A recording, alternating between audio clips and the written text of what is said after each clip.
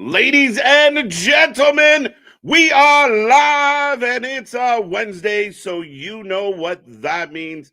It means the Wrestling for Life Network is back with another live stream, back with AEW Dynamite, and we're going to have a fun one tonight. Lots of rumors, lots of speculation. Is it a little bit of money in the house?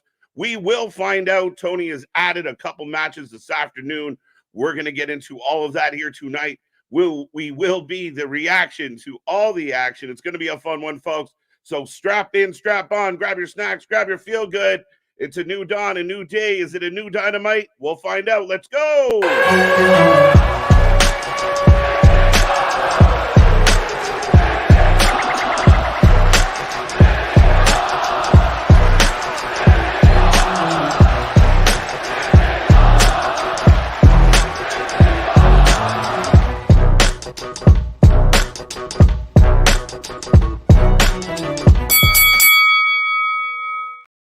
Ding, ding, ding. We're back at it, folks. Like I said, we are the Wrestling for Life Network. We are the channel that just watches more live wrestling than anyone else out there. I hope everyone in the chat is happy, healthy, and safe. You are having a wicked kickoff to your 2024. But we got the first AEW Dynamite of the new year. It's going to be a fun one tonight. I'm hoping that the show is better than it looks on paper. I will admit, a little bit of a light card coming out of World's End, but we are going to hear from Joe. We are going to hear from Adam Cole, apparently. Could get some debuts, and we've added some matches, including Darby Allin and Takeshita are going to go one-on-one. I believe we get Daniel Garcia and Swerve. So lots to talk about tonight, lots to get into. I will take a second to remind everybody, I am Mr. Every Night, KJ White, the I'm at a YouTube. That's right, folks, the face that runs the place is happy to be with you on this wonderful Wednesday. I hope it's a good one. I really hope it's a good one. We're going to start this one off. A lot of positivity. I know, there's some things being debated online as far as who did what, where, when, why, when. But let's be positive. Let's enjoy the wrestling. Let's enjoy the show, and we'll critique it as it goes. Should be a fun one here tonight. But make sure you get in that chat. Make sure you hit like and subscribe. Be a part of the family. We are growing by the minute, so don't miss out on any of our coverage. We're here all week long. A quick programming note before we get into the chat and the wrestling.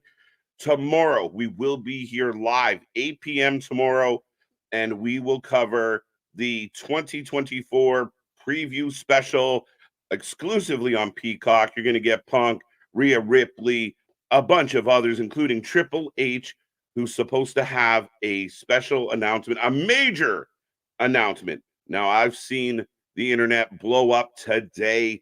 Lots of speculations, lots of rumors. Are they doing something with TNA? Does this have anything to do with TNA? No, it doesn't have anything to do with TNA. So we will find out tomorrow night, and the channel that just keeps covering everything will be back for that tomorrow. It's going to be fun. Don't forget, Friday, doubleheader, SmackDown, New Year's Revolution, as well as Rampage, Saturday Collision, and so much more. We're working on a bunch of things for everybody out there. So once again, welcome to the show. Those are your programming notes. As always, you can click that little bell. Make sure you do not miss out on any of our content. More videos going up this week, more shorts going up. So make sure you check those out. Give them some love. Give them some comments. But let's talk a little bit of wrestling. I'm going to say hello to the people in the chat. But Damien's here. Darby Allin Takeshita tonight on AEW. Yes, this one was added kind of late, early evening, late afternoon. Just saw it. So, yeah, there should be an interesting match. I know there's a little bit of, I guess, story or tie-in. They're coming out of World's End where you had the 8-man tag. So Darby taking on Takeshita. It should be a good match overall. We'll see how it goes. See, Money's back in the house. Money, money, money, money, money. I like that. Everyone has a price. Well, apparently, Sasha Banks' price was too steep, too high, too rich for the WWE, and that may have led to her revisiting AEW. Now, we don't know. I know the dirt sheets are reporting what they report, but we don't know. We never know because you can't really trust what you read, right? So you guys can put it in the chat whether or not you believe we are going to get a Mercedes Moné spotting tonight. Is she going to show up? Is she going to be a part of the show? Has she joined All Elite Wrestling. This will be huge for Tony Khan and AEW in the sense of name value. She's a vet. She has tons of following. Sasha Banks has her own group of fans, or Mercedes. I know. But this will be good for business. I know a lot of fans out there want to say, oh, WWE dropped the ball. I don't believe that's accurate. WWE set their price. They value her in a certain regard. And if she feels like that's not valuable enough, then she has every right to figure out who, what, when, and where will give her, the opportunity and the money that she's looking for. And if this is strictly a money decision, we'll see how it plays out. It could be a really good thing for Sasha, kind of a big fish in a small pond, or it could kind of expose her. Is she the superstar we believe she is, or some believe she is, without the help of others? But we will see. We'll see how that all plays out tonight. We'll talk more about it. But get in the chat. Let me know what you're thinking about Sasha. I'm going to keep calling her Sasha. I can't help it. Mercedes. I don't like Mercedes Monet. I don't know why, but it is what it is. Tony's Dark Nightmare. Please allow me to introduce myself. Welcome, Tony. Good to see you. I wonder if we hear from Motorhead cover of Symphony of the Devil. I don't think so, but it would be kind of funny. Let's go with it. Mega, good to see you. Easy Bake, Eric Tate, CK99. I love seeing the chat filling up already. Almost 50 people with us, and we're still about 9 minutes away from showtime, maybe 8. What's up, Richard? How you doing? Where does Deonna or Sasha debut fit on the card? If you sign Sasha Banks, you can't do what you've done in previous circumstances. If Mercedes is now All Elite, you have to shove her into the main event picture, right? You can't put her down in the mid card, have her fucking around with some of the lesser lights. No offense to the ladies. I don't want to see Sasha versus Riho. You need Mercedes to get in the ring with your top talent and elevate the division. To be honest, her versus Toni Storm right out of the gate, it should cook. It should be good. Tony can go. Sasha can go. Let's get that going. I know in the past, even when Punk came back, we're going to, set up some side matches. You can fight Lee Moriarty. When MJF returned, it was like you're going to have this side battle. Instead of going in the main event picture right away, we're going to put you in some mid-card stuff. Don't do that here. Now, Deonna Purrazzo, another one that's going to elevate.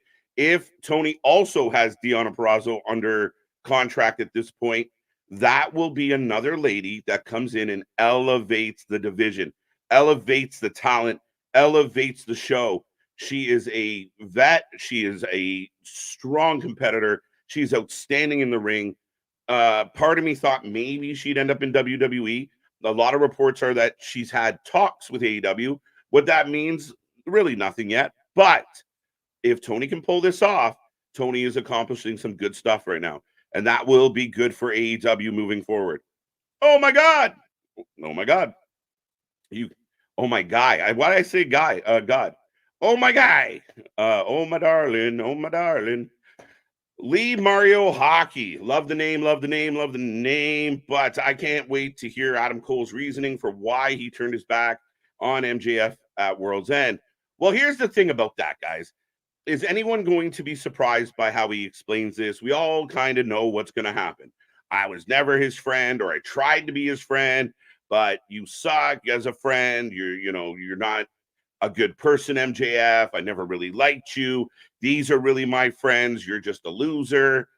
Yeah, it's kind of like it's turned into Mean Girls here on AEW with the main title. So MJF no longer the champion. Also no longer on the roster, also not mentioned to be on the show tonight. So it'll be very intriguing as far as that angle goes. Yes, Adam Cole can come out and explain himself, but if MJF's not there to confront him, then what? What does it mean? How does it help? Where do you go with it? Does somebody step in? Does Samoa Joe pop up and say, you know what? I actually liked MJF and I'm mad at you guys. Probably not, because you just screwed MJF over last week. Pleasure doing business with you, right? So, yeah, I don't think there's going to be anything shocking. I think The story played out the way it needed to, the way we expected it to. I don't know if anybody in the chat right now or out there was overly surprised that it was Adam Cole. It definitely lined up that way. It should have been Adam Cole. The unfortunate part about this is we don't know how we're going to get a payoff. We don't know if either man is going to be able to get in the ring. We don't know how this is going to line up overall. So I'm very intrigued. I am intrigued to see how this goes. What up, Chris? How you doing? How you doing? How you doing? How does the double storyline keep momentum with no MJF? So yeah, I just kind of rolled on that. I don't know. I don't know what the specific answer is. It'll be very curious. And again, if MJF is out resting and you can use things like video and vignettes to kind of keep the story relevant, but Cole can't get in the ring because his foot apparently wasn't a work. There we go. And MJF clearly was banged up, his hip, his shoulder. So yeah, it might taper off a little. It's unfortunate. It really is unfortunate. Maybe they just kind of let it cool off and then try and run it back when he's healthy again. I don't know. It's kind of a disappointing end to the Double Saga. What's up, Baxter? How you doing tonight? Eric Douglas, I don't know if I said hello, but I can't wait to see Tiffany as a ranch hand next week. I'm with you, my guy. I predicted she was going to lose. I was right, and I was happy about being right because you know what's going to happen. Again, it's a very, I struggled to find the title of the show yesterday, but very simple life, right? We're going to take the rich girl and get her down and dirty. So you can pause on that. But yeah, that's going to be fun. Are you surprised that Deonna chose AEW over WWE? No, and it's not official. So just because she's had talks with AEW doesn't mean anything at the end of the day. We've seen it before. We talk about Jade. Jade's original offer was from Tony Khan to stay. There is something to be said. And I mean, the competition is good. In the case of a Deonna Purrazzo, could she choose one over the other? Yes. Remember, Mercedes' situation is slightly different for me. She was in talks with AEW, ended up in talks with WWE. But if the stories are true, if the rumors are true, it wasn't we could have had her and we didn't get her. It was, this is what we wanted to pay her. She wanted more. She's free to go elsewhere. Now with Deonna, to me, that might be a little bit of a different story of she can pick either. I don't think her asking price is going to be astronomical. There's still a slim chance that she returns to TNA. But AEW would be smart if they could get their hands on her and utilize her properly. Again, that women's division is developing depth that they don't really have right now. So yeah, Deonna going there. The advantage of Deonna choosing AEW over WWE is, again, she goes there, she goes to the top of the rung. You sign with WWE, as good as Deonna is, she's going to have to work her way up there. And you got a lot of names in the way, right? You look at the women's division in WWE, it's stacked. Even with Charlotte on the shelf for 9 months, you still have Becky, Nia, Rhea, and so, Io, Bailey, blah, blah, blah, blah, blah, blah, blah. They have so much talent that it will take a hot minute. You don't just walk in that door. I think AEW, if you're looking to kind of be at the top of the division, AEW offers that sooner than WWE does. So if she goes there, great for her. I'm a big fan of Deonna. Spoke to her once, super nice lady. And I hope whatever she lands is good for her career. Chris Arcane saying, we'll turn off or change channel. There you go. So you're not feeling the Monet vibes. Okay. What is more likely to main event Dynamite today? I don't know, but I do believe we're about to kick off the show. The main event's interesting because, maybe Swerve Garcia. It is a little bit of a lightly booked card coming out of World's End, but we will talk about that as the show opening with Samoan Joseph.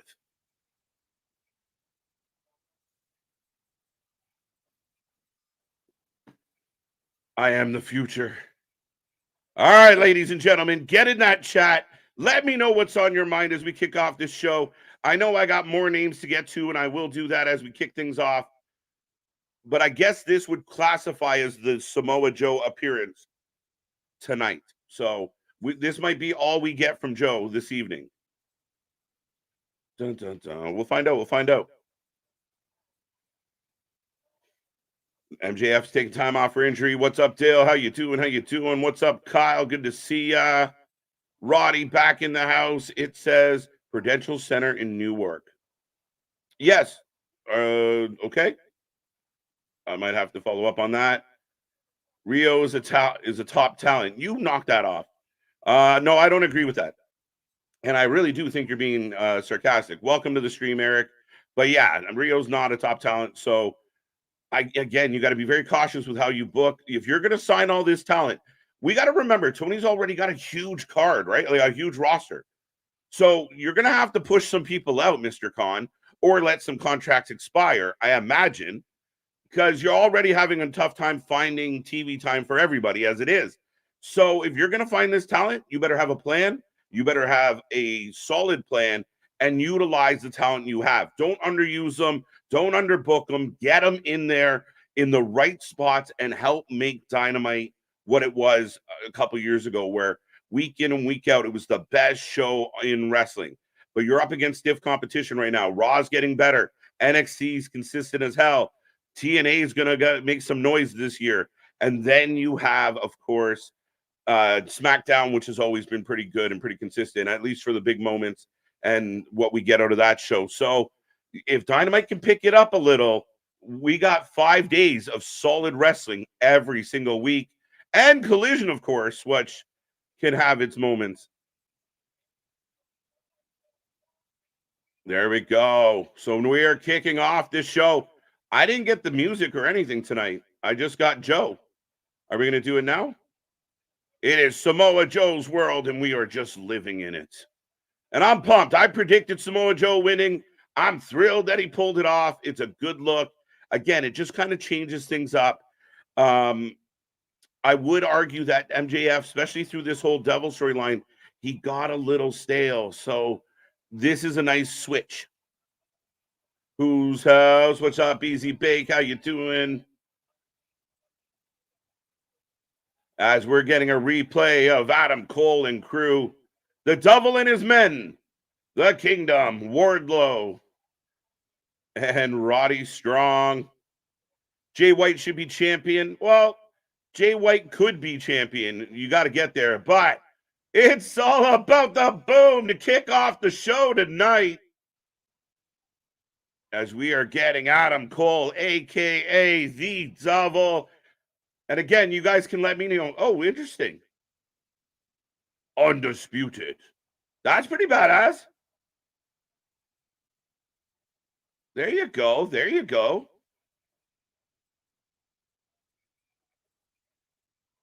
So they added a little twist, and they're undisputed. All right, all right, all right. I dig it.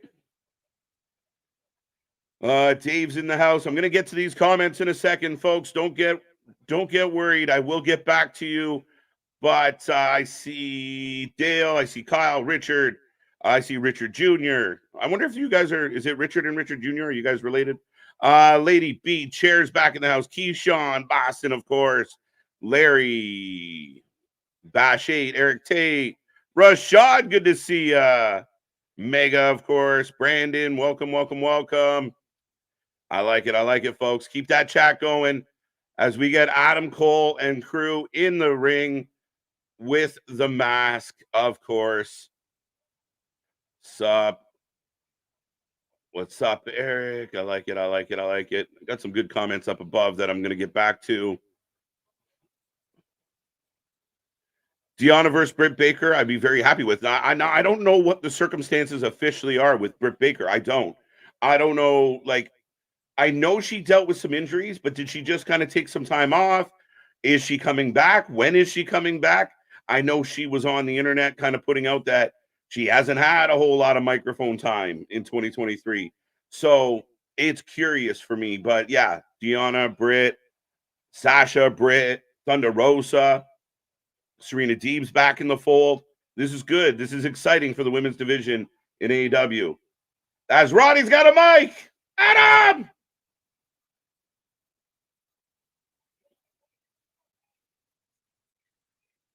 No sympathy for the devil. Nice play.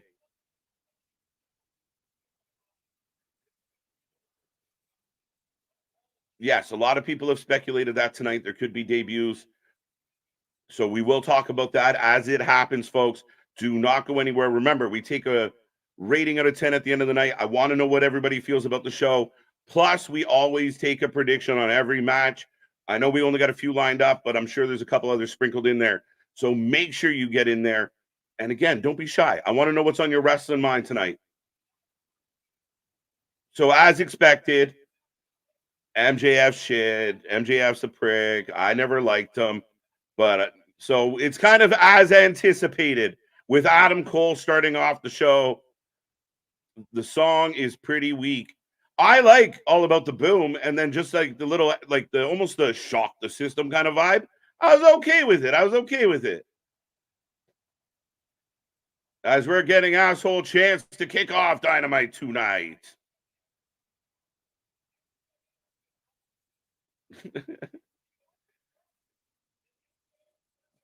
Dun, dun, dun. Sasha should debut on Collision if she comes. Her biggest rival, if her career is Charlotte, and oh, that's where Charlotte. There, interesting, interesting, interesting. Now they're chanting, "He's our scumbag. He's our scumbag." And to my buddy out there, Mr. Vape Cart, if I see any more of that nonsense, I'm going to put you elsewhere, buddy. Thank you. Good, I meant. Oh, good. Okay, that's better. Oh, good. Hopefully, Roddy. He's not. He's not. Apparently, not going to stop that. Undisputed Kingdom. Okay. Okay, makes sense. I get where they connected those dots, Tony. What's up, Samson? How you doing? How you doing? How you doing?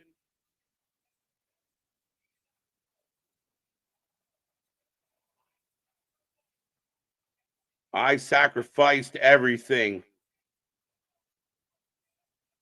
I broke my ankle trying to save this guy. All right, all right. And I'm curious. Get in that chat. How are you feeling about Cole right now? So it's confirmed Sasha's signed. Not that I've seen. I think it's still wishful thinking. So they were in talks. It's people have said maybe imminent, but right now it's just speculation, which I don't mind because if she does show up, I'll be surprised. Why is Wardlow in the group? Very good question, Crispy Chicken, and welcome back, AJ as well. Queefer Sutherland, hilarious, undisputed. Yeah, I don't mind. I don't mind. I kind of like that. Let's get those likes, people. I know we were about 75 when I went live, so let's get us to triple digits here tonight. And we're about 8 away from triple digits right now. So go be a friend, tell a friend, drop the link, and see if we can be in triple digits on a Wednesday. Might be the first Wednesday ever in triple digits.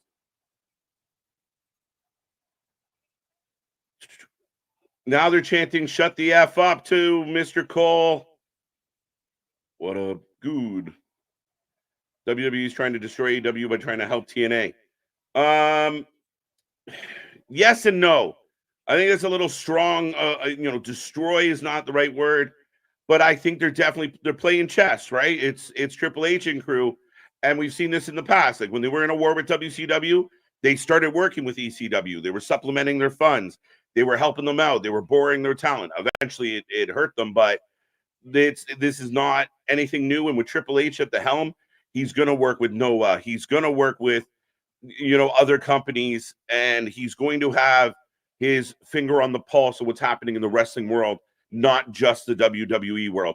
This is one of the biggest advantages of having Trips in there instead of Vince. Vince was clueless. Vince was on WWE Island for decades, had no idea what was cool or exciting or who people were, making waves in the business. Now we have a guy that's very aware. Now we will talk about Wardlow in a second.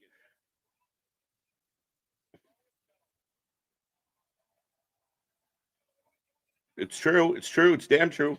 Larry, oh, Dale agrees. Maybe that's what happens. Happy Wednesday, Jordan. Right now, we got Adam Cole in the ring. For those who don't know, Wardlow looks like a large child, a big old kid. Okay, okay.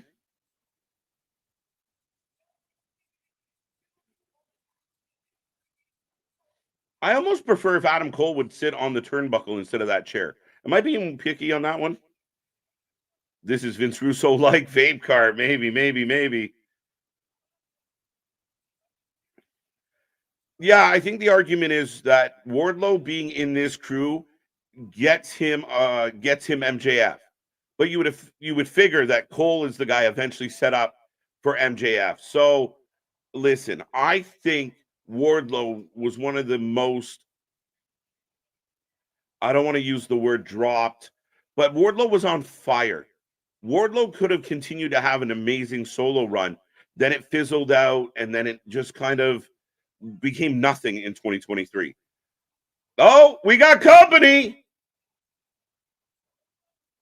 As here comes Jay White. Who saw that coming? Yeah, you got him painted. He's definitely a follower. He's a support guy. He's not a front runner, which I thought he could have been a front runner.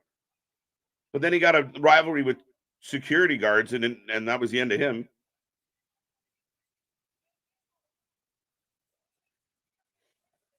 Is Jay White? Oh, because Jay White originally got jumped by the crew. If you guys remember back to the beginning of the Devil story, the Devil's first victim was Jay White. So Jay White, at least this. I wonder how this is going to work. Yeah, how dare you make me collateral? Facts. Okay, okay, okay. So they've created Satan's bloodline. Right? So here come the gun club. I like this. I'm okay with this. Especially in the absence of MJF. Jay White was collateral damage. And here we go. The Kingdom and Roddy taking on the Bullet Club, and here's the equalizer. So that works. That works. The Bang Bang Club, baby. Let's go. We got to fight. Cole barking orders, but Wardlow is the equalizer in all this. Now, I wonder if Samoa Joe or somebody comes out to help even the numbers. The Acclaimed, yet other victims of the Devil's crew. So, listen, kudos to Tony. They're starting the show off proper.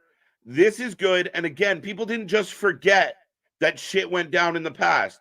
All right, we know who the undisputed devil is. Well, here are the people that you pissed off along the way. So I'm okay with this. As the medical staff, of all people, the most jacked medical staff I've ever seen, by the way, are stopping the Acclaimed from getting at it. Uh-oh. No, don't make these guys fight yet. Yeah, this all makes sense. Absolutely, Paul. Welcome back, by the way. VHS, good to see you. Keyshawn, if I haven't said it yet. And I will get back to this chat, I promise. How long before they turn on Wardlow? I hope no time soon. So, you know what? I don't even mind that, because you have the Acclaimed and the Bullet Club who have had some issues, technically babyface heel. So they're not all supposed to hug, right? They kind of stare each other down of like, are we going to have a problem here? And then the bad guys roll out. So as far as putting together an opening segment to a wrestling show, I give all the marks to Dynamite right now. That was a good start. You explained that we knew what the explanation was, but you get Adam Cole to explain it. We know MJF's not there. So what do you do in the absence of MJF? Bring out people, the other people that were victims of this storyline. It works. As we are going back to World's End, we are going back to Eddie Kingston. your Triple Crown winner. Happy to see this. White is joining the crew. Oh, you think White is going to jump ship? Ooh, I don't know. Jay probably wishes he was at Wrestle Kingdom. Yeah, probably. Wardlow is Honey, I Blew Up the Bully. Larry, well played. I like that one. I like that one a lot. Looking at Cole's past history, MJF was a fool. Oh, again, you know what, though? Often in wrestling, the obvious answer is the obvious answer. Like, you know it's coming. It's not the fact that you got something obvious. It's how did we get there? And as much as we kind of bagged on the double storyline for kind of puttering to the finish, we got the right reveal, and I don't mind how they're starting off Dynamite tonight. Oh, so tonight, a Continental title eliminator, Trent Beretta, Brian Cage, Brian Keith, El Vikingo are going to be in a number one contender match for Eddie Kingston's belts. Orange Cassidy going to take on Dante Martin if ever there was a match to be sponsored by Woo Energy. And Maria May will make her debut against Queen Aminata. Again, somebody that we see more on Ring of Honor than Dynamite. Very interesting. And then Darby Allin is going to take on Takeshita. Maybe that's the main event. I don't know. I really think this one's your main event. Swerve Strickland and Daniel Garcia, one-on-one. You'll see what they do with Swerve. A lot of buzz. You know, Swerve is cooking right now. We got to see where they go with him. Can he, taking a loss to Danny doesn't seem like it's in the cards. But Keith Lee could be somehow involved if he's back to being healthy. We'll see. All right, let me answer some of these questions as we're getting a Daniel Garcia package on the screen right now. WWE is trying to destroy. Got that one. Will be the Women's Rumble match. I made a bold prediction for 2024 that Sasha Banks would return at the Rumble if she goes to Dynamite, if she shows up at Hard to Kill. I will be wrong, but my prediction is Sasha's going to the Rumble. I don't believe the reporters. Deonna Purrazzo, I don't know. I don't know what they do with Deonna. I'm curious. She, to me, is more of a unknown. But there's Jane, so here comes Orange Cassidy. Happy Wednesday. I think I got that one. There was a couple comments I wanted to get to, but I must have missed. The thing about Wardlow and the crew is I don't love it, but if it gets him TV time and he can kind of do what he just did, he is the X factor. So you get the 3-on-3 fight, then Wardlow just starts taking names. But if he's going to be on TV, you got to use him as a badass. He has got to be no fucking around, not taking losses to little guys. He's got to be an animal. He's got to be the type of guy that people are pulling him off the opponents. Dun, dun, dun. But I would agree. If I was booking, Wardlow would be all by himself. So Wardlow is targeting Joe? Maybe. I don't know. Just got off work, had to tune in to see some AEW content on the ride home at Jay Edwards. We appreciate it. Thank you for joining us. We got over 100 people hanging out right now, so keep it coming, folks. Keep that chat going live. And if you haven't hit like or subscribe yet, do it. We are growing so fast. We're not even 2 years old yet. We are just a baby. And big shout out to Anthony and Nick out there. Hope they are having a wonderful Wednesday. So MJF get his revenge on Wardlow. Well, it'd be the other way around, technically. Like, Wardlow wants some revenge. Yeah, I don't know how this is going to play out. Again, it all will depend on how long is MJF going to be out, right?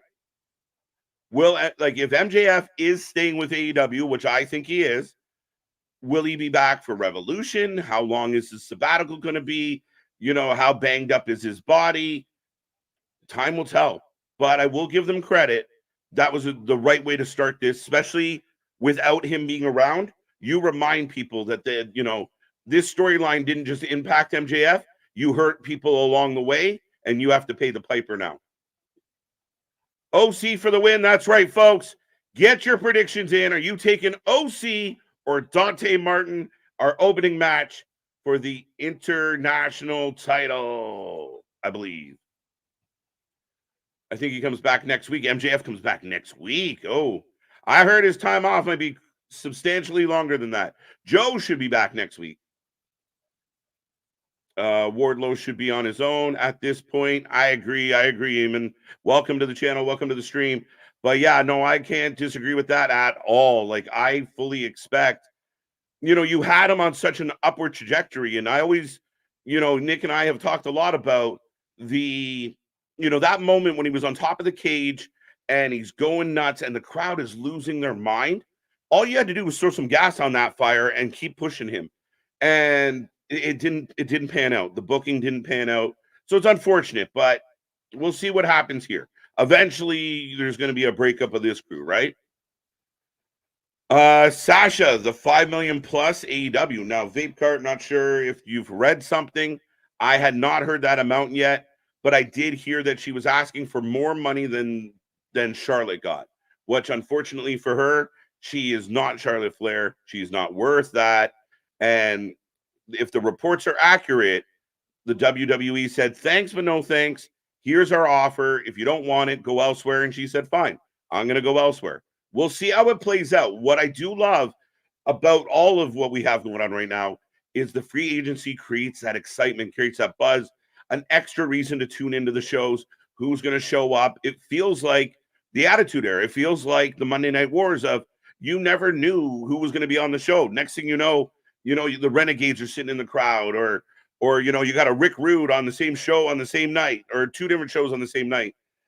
So I'm happy to see this. I'm really glad to get it back to this. And this is why we want AEW to do well, and why we're so critical of it at times is when they're shit in the bed, it's not helping the industry. All right, let's see some predictions. OC for the win. Strong opening, I agree. Are you playing on Roddy? It was a Roddy strong opening. Yeah, I don't know about that. Dun, dun, dun, dun, dun. All right, let's go down. Let's see if I can find some predictions. OC for the win. So Cole wants the title. Will he have Wardlow win the belt and then forfeit it? I hope not. I mean, again, Wardlow should be helping. This is the trick with putting Wardlow in the group is, well, I know Cole can't fight right now, so it's already kind of telling you that Wardlow might go after Joe, but Joe is going to beat Wardlow. That's it. They're pre-telling you that this is not a winnable situation for Wardlow. Wardlow forfeiting his belt to Adam Cole, I think, would be stupid. I really do. And everything should funnel to the leader. If Adam Cole's a leader, they're going to have to funnel it that way. I don't know how much longer he's going to be on the shelf, but at some point, that's where things kind of get cooking. I agree with you, KJ, but I still think Mercedes is in the Rumble if she's not elite. 100%. 100%. Obviously, again, if she's going to sign with All Elite Wrestling and it's a big deal, great. But until I see her walk out into that ring, I'm going to hold my opinion because we've seen it before. The same people telling everybody that Sasha is going to AEW were the same people saying that Punk was not at Survivor Series. It's just the way it is. The dirt sheets are guessing as much as we are. The difference is we admit that we're guessing. They try and pass it off as facts. OC for the win. What's up, Rocco? How you doing? What's up, KJ? I just counted. AEW has 16 champions. AEW Ring of Honor. Unbelievable. They have 16 champions, and they also spend a lot of time highlighting additional champions.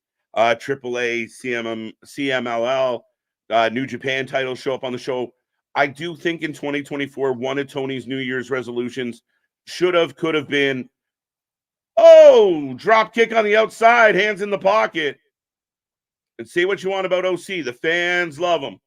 Might not be everyone's favorite, but the fans get behind him as he rolls back into the ring. Too many belts. Streamline some of these belts. Rumors are they're thinking about introducing more belts. Stop with the belts unless you can highlight them. If you can't highlight the belts might as well be paperweights. That's what you got to remember, guys, is great. We got a women's tag belt, but if you're not going to use the women, then it doesn't matter. We got a TBS belt and a women's title. Great. But if you're not going to highlight the women, the belt doesn't matter.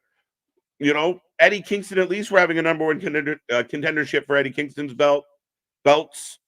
Because if you don't, they're just paperweights. They don't mean shit. As we head into commercial break, I got picture in picture.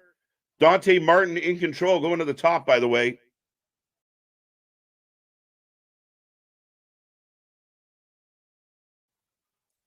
But where are we going? Where are we going? Where are we going with this? If Wardlow kept his momentum, then from the last feud with MJF,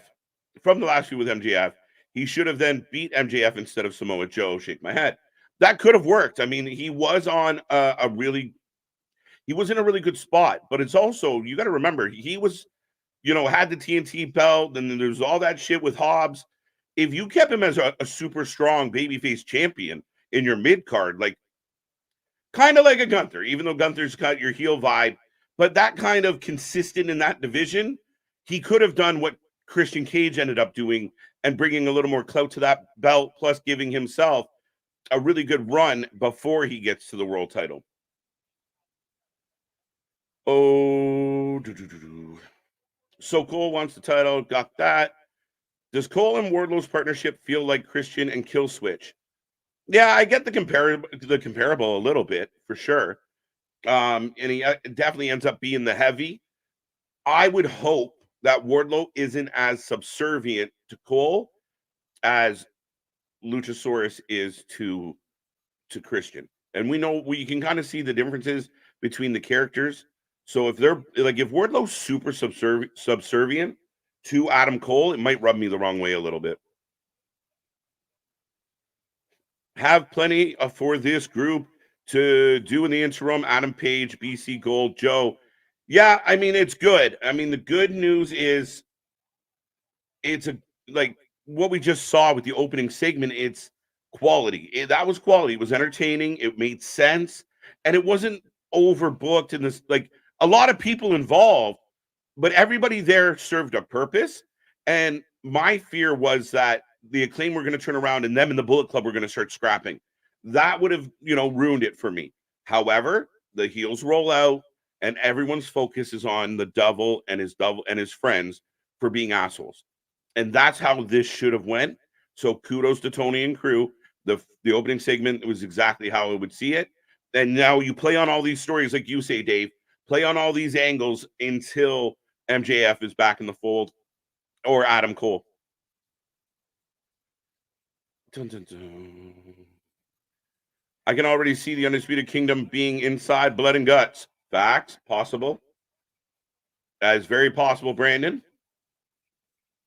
The OC gimmick is getting old for me. The problem with OC is it's one note, and it's been one note for 5 years. I defend OC, especially early days. I really defended OC. I know the Jim Cornettes of the world didn't love him. I remember having a debate with my bestie, Mr. Big Nick, going into that Osprey match where, OC was a bit of a surprise booking against Osprey. But then him and Osprey tore the building down because they're talented. There is talent to OC. He's not just throw him away, he's garbage. And I like what they did with the TNT title of, making it kind of his thing, but he's one note. There's never any storyline, rarely any storyline. So it's just like he shows up, I'm going to fight this guy. They have a one-off and we move on. With the exception of Moxley, which I think stemmed from injury. So, yeah, that's the issue with OC. No story, he doesn't cut a convincing but strong promo. And there is a limit to me. Like, do not go for a pin with your hands in your pocket. Your gimmick is your pockets, great. But, I don't even mind the shin spot. Now, we're getting that. Dante Martin throwing some shin kicks. I don't mind that. But when you go to pin a man with your hands in your pocket, that's fucking dumb. When you're in a ladder match and you won't climb the ladder because your hands are in your pocket, that is dumb. You have to have another gear. You have to be able to get out of first, get down into second and third gear. That's my ask with OC. Dante Martin, 40 days without You think he has that in the inside of his locker? No, it's good. Look, Dante Martin's definitely a good young talent. Again, they pushed the envelope. He got hurt. It's part of the game. But yeah, we'll see. They book him really well. Tony loves Dante. I think Dante Martin's one of those guys that should be in Ring of Honor, and you let them kind of hone their craft a little bit and grow up. But that's just my opinion. Big DDT by OC. Has Wardlow wrestled Powerhouse Hobbs yet? I believe they had a back and forth. Didn't they swap titles a couple times? I feel like Sasha is more marketable. The only reason why Charlotte is where she is because of Rick. Eric, I've refuted this for a long, long time. If you believe the only reason why Charlotte is where she is because of Rick, you haven't watched her career. And that's fine. But again, did Charlotte get her foot in the door like many others because of who her dad is? Yes. But we've watched a lot of other people, including his son, that just because of the name doesn't mean you get where you go. Charlotte is an athlete. Charlotte is a standout. Charlotte wrestles like no other woman for a long time. She set the bar. And the reason why people, huge DDT from the top. But the reason why people like Sasha Banks and Bayley is they all had amazing matches with each other. You have to give credit where credit is due. Saying that Charlotte only got there because of Rick, well, where's Rick now? With all the bullshit Rick was going through, if Charlotte wasn't shit, she would have been gone. But Charlotte is the highest paid woman in that company's history. Not because of Ric Flair, because of what Charlotte has done and accomplished and the level in which she can do things. Period. OC for the win. You think Deonna Purrazzo stayed depending on what Macklin's contract? I don't think so. I think we see a lot of couples in wrestling. They don't necessarily have to work together. I'm sure there's perks to it. You enjoy the drive in and that. But there might also, go to sleep. Dante with the go to sleep. I just ordered Woo Energy. No, you didn't. You're lying, Easy Bake. But I want to see, I want to see proof. You got to send me a picture of you with a Woo. Pause, maybe. But the confirmation said it will bring an autograph of Ric Flair so winning. Maybe. Sent on. Britt Baker slapped Adam Cole. Okay. What they do in their privacy is none of my business, Richard. I don't get the comments that are just silly. OC for the win. Dante for the win. Yeah, thank you, Dale. Oh my God. Dave 2. Dante going flying. Holy shit. What up, Mick? How you doing? Orange for the win. Marvin, I'll get to that one in a second. What channel is AEW on today? I'm in Canada. It's on TSN. Wardlow vs. Joe works for me. Yeah, I'm down. Two big boys. I'd be really down with that, and Joe will make Wardlow look good. And there it is. And still, your international champion. Pretty good match. I like that match. There you go, TPS. 16 got to be more. It feels like more because everybody's got belts. What did Marvin say? A way they can do the Wardlow story is let him win the belt instead of dropping it. He decides to keep it. Let everyone knows he's just used the group for the belt. Maybe, but I think too soon for that. So what I do think this is going to be, Wardlow goes after Joe. It's going to put some work in on Joe. It will be probably a good matchup, like I just said. And at the end of the day, Wardlow's gonna go under. Like Joe as champion's gonna need some people to beat. Why not beat Wardlow? As OC helping Dante Martin back to his feet. A little handshake of respect. I just did the same thing as Taz. I thought we got new music. Taz was like, wait a minute. Oh, no. The song started over. Good to know me and Taz are on the same page. When Becky reigns with WWE, do you think she gets a bigger contract than Charlotte? It will be close. Hey, there was other music. It just took a while. The audio guy fucked up. As Private Party is back.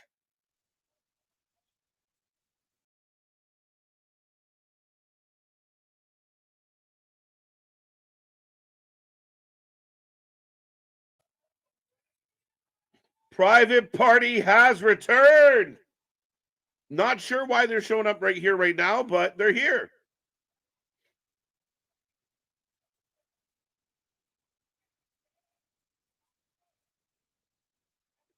Zay and Quinn. There you go. They're talking about the lacking. I can agree with that. I can get behind that. The lacking tag division in AEW. We're getting some welcome back chants. Remember, Private Party was the next big up and coming tag team until booking burned them out.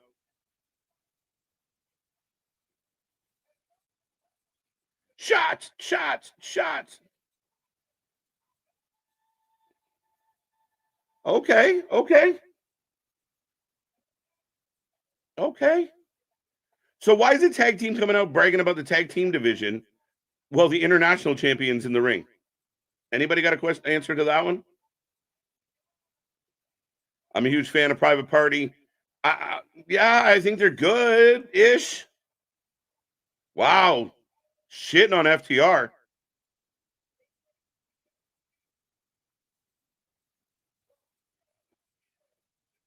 Oh, watch Elite Wrestling. New year, new champs. Okay, okay, okay.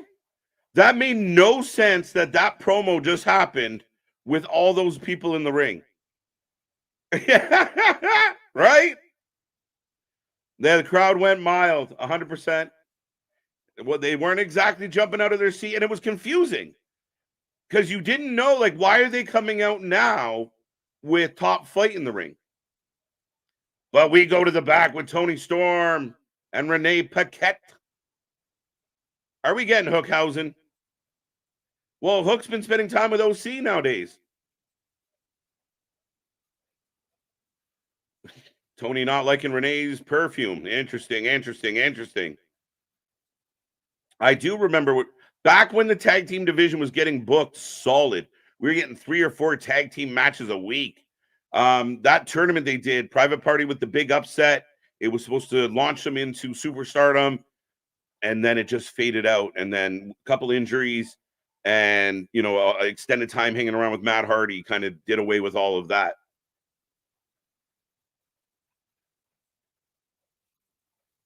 I don't watch wrestling. I don't care what anyone says. This woman is on fire right now. This woman is 100% on fire, if you ask me.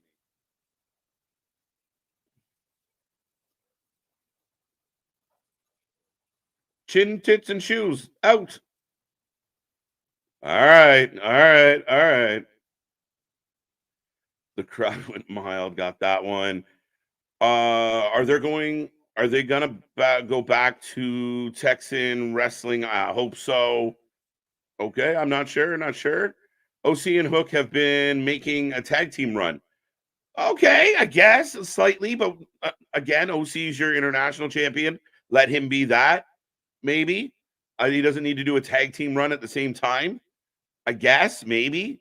I don't know. It was just a weird spot with all those people hanging around in the ring. It almost like you come out like you're confronting people, but none of those people in the ring really give a shit. And yeah, fair enough. I mean, again, are we going to start spotlighting? Is one of the New Year's resolutions for Tony better tag team wrestling? I'm all for it.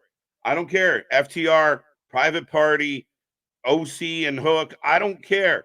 But we've lost the tag team division in AEW. If this is a step towards getting it back, I'm in. All day long, I'm in. Wait for the tag team champions now on AEW. Wait, who are the tag team champions? Big Bill and Ricky Starks. Right? Right? Right.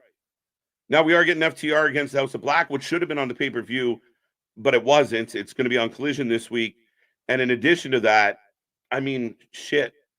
Yeah, that's a good point. They talk more shit about FTR than anybody else. That's funny as hell. Are we getting Hookhausen? No, I don't think so. This segment was weird. A little bit weird placement. That's all my issue was. I'm good to see Private Party. I'm excited to see what they can do. Again, I hope they're done with the Hardys and the Matt Hardy and the remember when Matt Hardy was publicly telling them that he was robbing from them? Like that made no sense at all. Made them look stupid. Didn't help them. So now if we're back to we're gonna have some good tag team wrestling, I'm happy. I'm a happy guy. Because Tony Book is always no. Accusations. KJ, I'm sorry, but if I'm in the ring and you come out to cut a promo after I had just had a match, you catching hands. Yeah, would you not clap him in the back of the head? Would you not give him a poke and be like, what are you doing here? I'm celebrating my win. I'm shaking hands and raising my belt, and you're here to cut a promo about another division, right? You didn't come out to challenge me for my title. You came out to talk about FTR and Ricky Starks. What are you doing? Right? Yeah, why didn't you save them for that? Fair enough. Again, it's weird, guys. I can't defend it. Yeah, just trying to squeeze it all in. We can't fit it in. Just put it in. Pause. Oh, here's House of Black. Okay.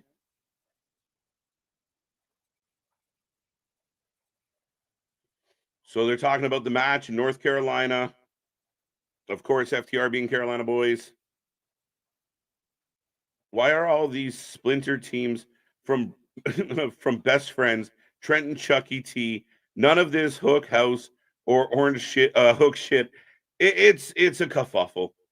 It really is just a bit of a mess, a splattered mess of just random job guys that all hang out together, with the exception of maybe OC, who constantly wins. But yeah, man, there's just people everywhere with this crew. I like this though. As Malachi Black. Interesting. Okay. So again, they're setting up this FTR House of Black match. I like it. I feel bad for Ricky Starks and Big Bill. I thought we were going to get a tag title match at World's End. We didn't get a tag title match. I wanted Big Bill and Ricky Starks to be showcased as the tag team champions. That never happened. I wanted FTR versus House of Black on the pay-per-view. That never happened. We got two really average 8-man tags, unfortunately, instead. But here's Swerve and Nana. Will there be more unexpected pop? Yeah, I think so. I got that vibe from Tony now. If you're just going to start throwing people out there, it'll be very interesting. Where's Larry? Tony Storm doesn't watch wrestling. Yeah, I think that's hilarious. Are you kidding me? I don't watch wrestling. I thought that's brilliant. Absolutely brilliant. Oh.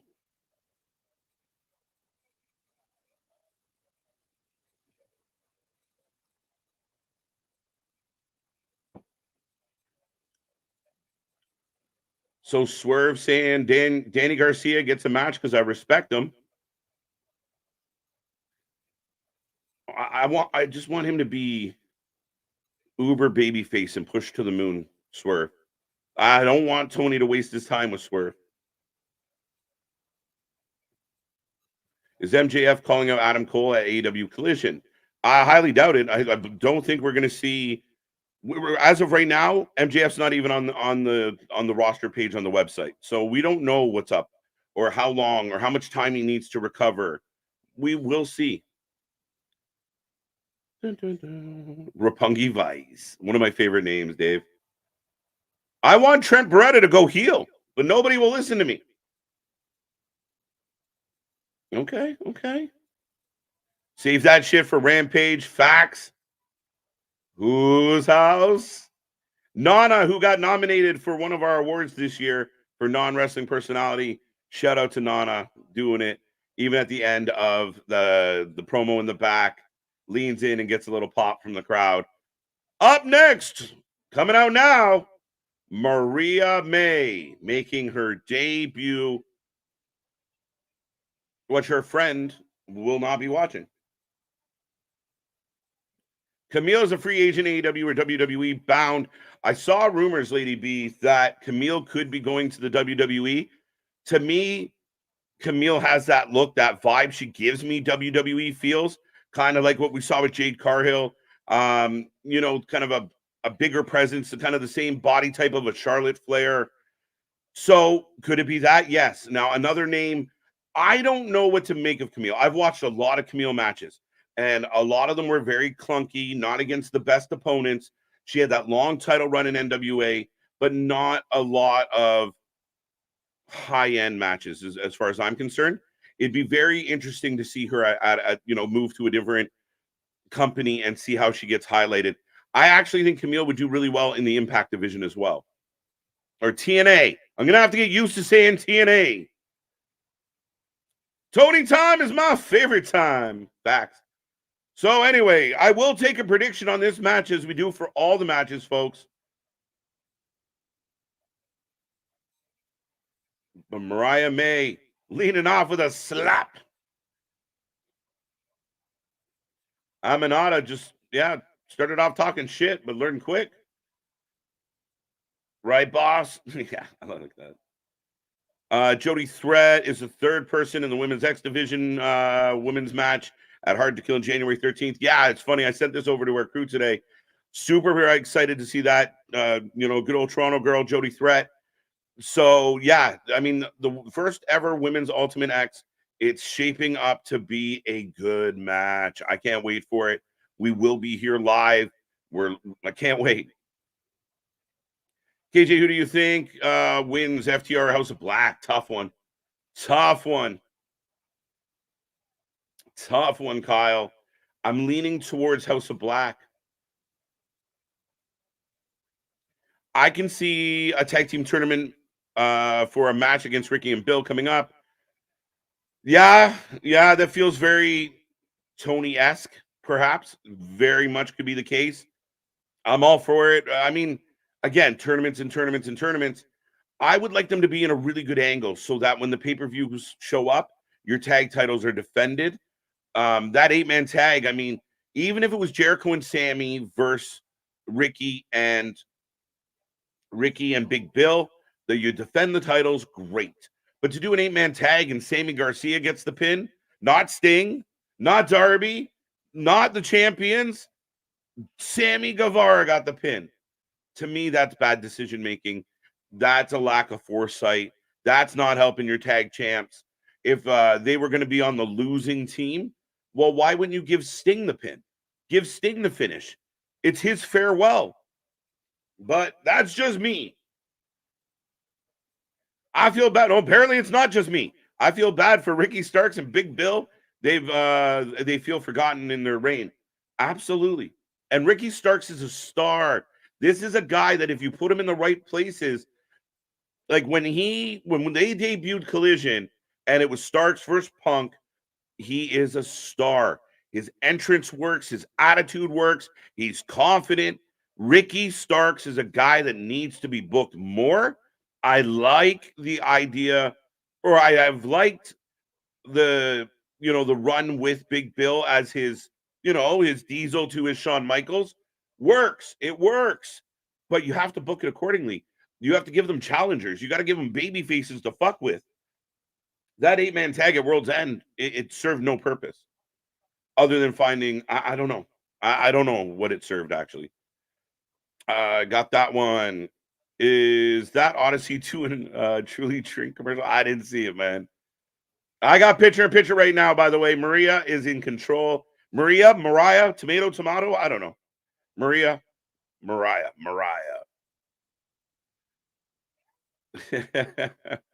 Please know that a crazy rumor, Larry. Hopefully, what'd Larry say? There's a rumor that Hulk Hogan is training for a comeback at WrestleMania 40. I haven't heard that rumor. I have heard by a lot of sources that WWE will celebrate and acknowledge 40 years of Hulkamania. Be that what it may. Hulk Hogan coming back for a return, I don't think does anything for anybody. But maybe because it's the 40th WrestleMania, does Hogan come out and get a leg drop spot? Yeah, maybe. I don't fucking know. Butcher and the Blade. Yeah, listen, I love Butcher and the Blade. I think they're excellent. They should be in tag matches, legitimate tag matches, not just henchmen. We're going to lose this match tag matches, guys. The Butcher and the Blade are excellent. They just don't get utilized. And it's unfortunate. But in 2023, the AEW tag team division disappeared. It really disappeared, guys. And I don't think anybody can argue that. I know some of the avid AEW fans that say they do no wrong acknowledge the fact that we're missing that tag team division as of late. Got that one.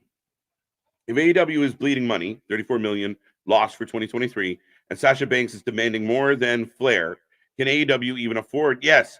See, the unlimited piggy bank of Tony Khan and his family helps this, right? And them losing 34 million, to us, that sounds like a bad thing. But when you can write it off, those losses against your tax earnings, it's not. I think Chad's like, yeah, do whatever you want, son, because you're a tax write-off at this point. Wow, both women swinging. That was a shitty overtop. Big clothesline. But yeah, they can afford it. And Tony don't care. Tony will pay. He doesn't give a shit. He does not. How long till we get... Yeah, right? That's funny.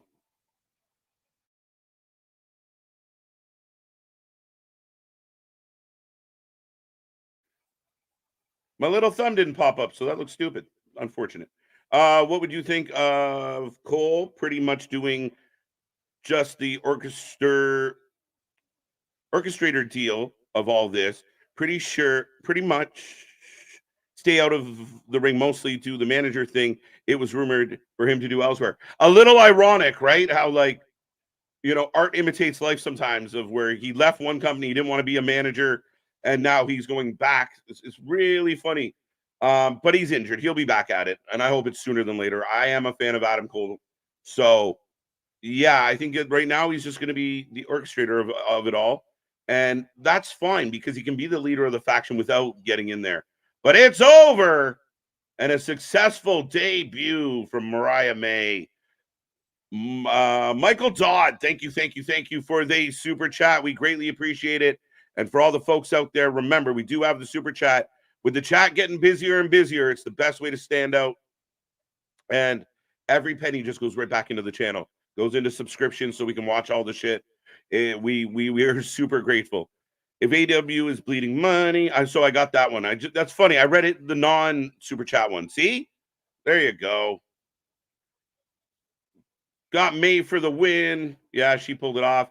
Renee Paquette back out. May. So a lot of people right on that one. Star Wars? Vance got May as well. What's up, Gilly? I feel like I haven't seen this name in a while. It's been a minute. I missed you guys. I had a death in the family, a 3-year-old BD in Christmas. It's New Year's. Well, T's and P's to the entire family. That is absolutely heartbreaking. I hope you're doing well. I hope everyone's doing okay. And thank you for being back. A name that we haven't seen in a while. An OG fan of the chat. So we appreciate that. 2-0, 2-0, 2-0, 2-0, 2-0. So a lot of people doing all right. Oh, just trying to catch your breath. But I want to see more cool debut.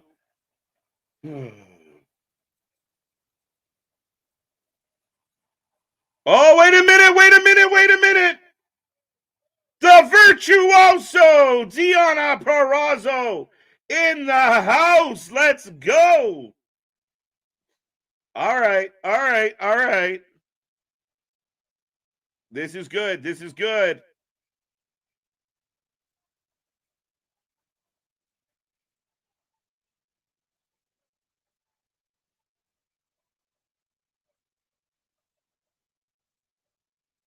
Deonna Purrazzo does go to AEW. I don't want her to end up. Yeah, that's your biggest fear with the booking, but we're hoping better signings means better quality booking and better spotlights, better highlights. But Deonna Purrazzo is here. And again, going right after, you're in the periphery of the women's champion, where she should be. Interrupt Mariah May, put everybody on notice. I'm coming for that belt. Big pop. The house looks pretty full tonight, to be honest. Deanna Chance in the house.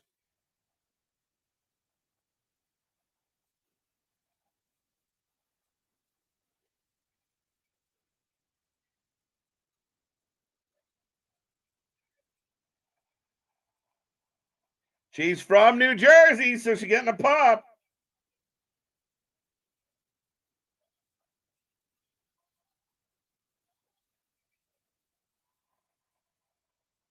Oh, wow. Tony Storm doesn't want to be here. Then we don't want to be here either.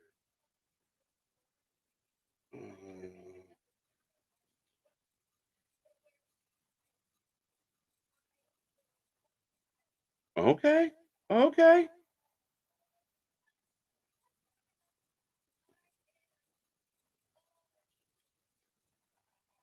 I am all elite. She sounds a little bit nervous. She got a little bit of a nerve in her voice, but good for her.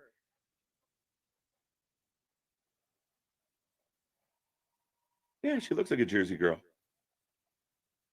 Yeah, she's all elite, guys. Not a loud one. Not a loud one. You're fair. That's cool.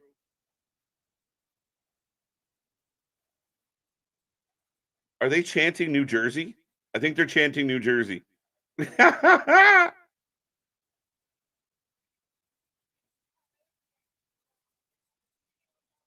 201. There you go.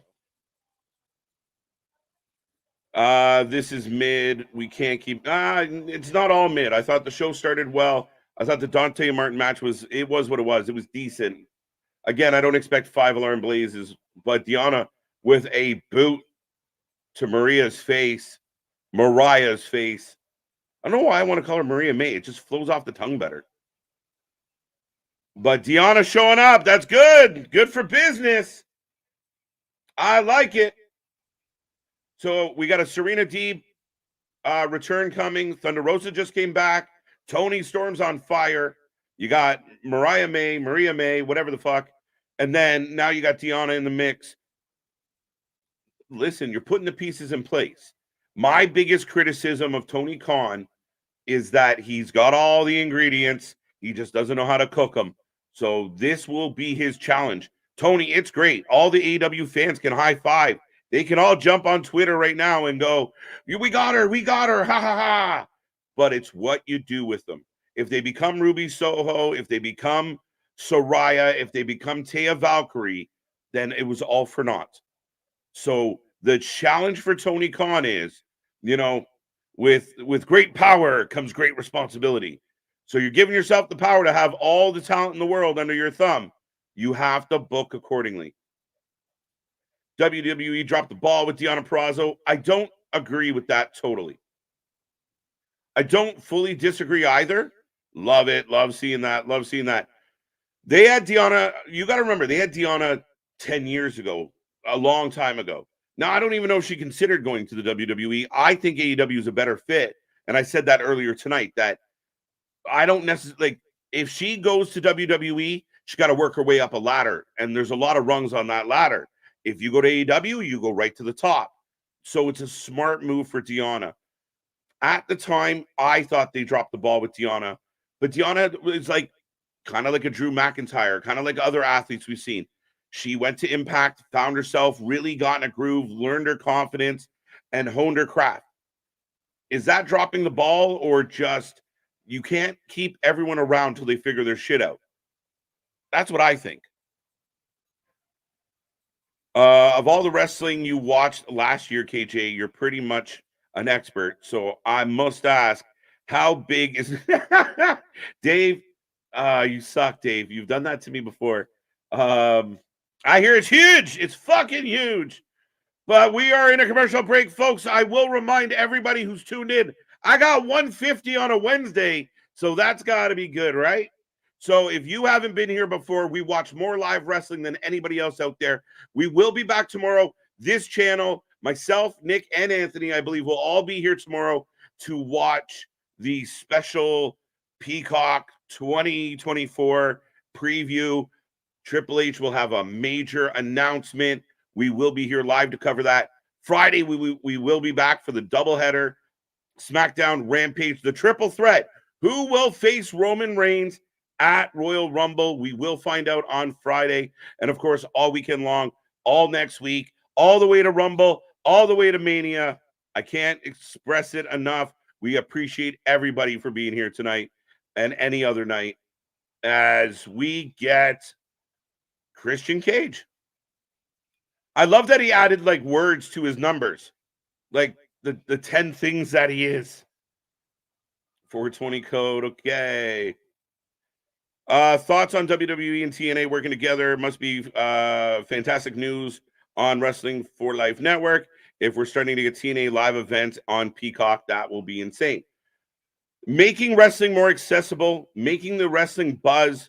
You know, if you can build up a TNA and get more fans to watch TNA, we cover TNA or Impact all week, every week. We always covered it, minus a run where we gave up on it for a second. But other than that, that's good for business. That's good for everybody. That's the best part of everything that's going on right now in wrestling. There's such a buzz. There's Deonna Purrazzo. We're talking about Sasha Banks. We got Punk back in the mix. So as the buzz in wrestling grows and grows and grows, it's good for everybody that loves wrestling. That's when the fans are like, well, AEW sucks, it should go away. Or a lot of AEW fans are really like foo-fooey of Impact. And I find that really funny and a little bit ironic. So at the end of the day, all the companies doing well, giving us quality shows with quality talent, it's good for all of us as fans. Nick Wayne's mom's got the mic, and I instantly want to turn my TV off. Thank you so much, Gilly. We appreciate it. Thank you for being a member. Everyone out there, become a member. Be a member. Tell a member. How dare you? This show has been mid. All right. I thought again, it's that middle of the show lull. Like, now with all the talent you have in AEW, no offense, but Mariah May could have had a better opponent for her debut. I didn't understand Private Party coming out in the second match, which I thought the second match was okay. Conduct my business.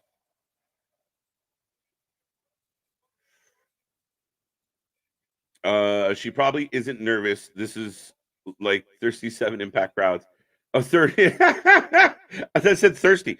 37 Impact crowds. Nah, but yeah, no, they're definitely. You hear the little rattle in her voice.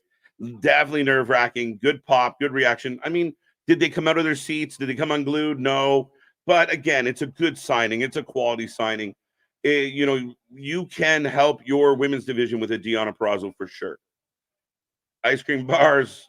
Let's go. I'm hellbent, J-Boy. You will see a Wrestling for Life ice cream bar at some point. You will. I promise. If Beth Phoenix doesn't knock her out, missed opportunity.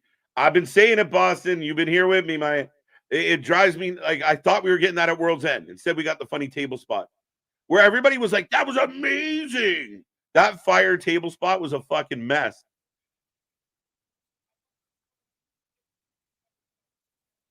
Yeah, I feel like the Nick Wayne and Nick Wayne's mom is actually taking the heat off of Christian. Is anyone else out there feel like I do, that Christian was just murdering everybody verbally, wouldn't stop. He was a heel. He was dialed in.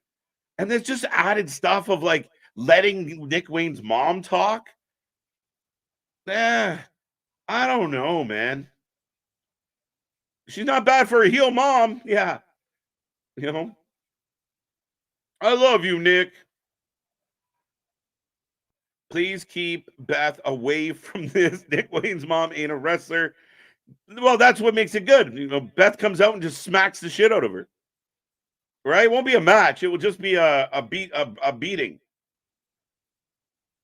What's up, Dale Sanford or Sanford? How you doing? How you doing? How you doing?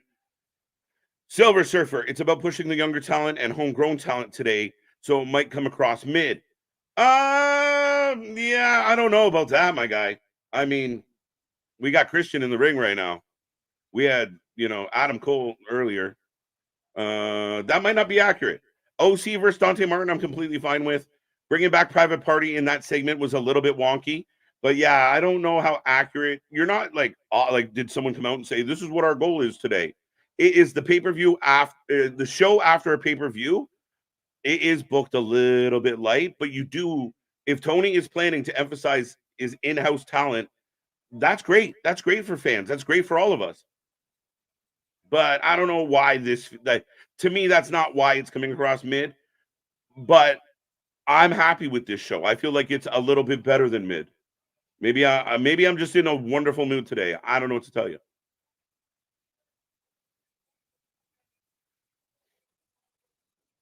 It's so funny.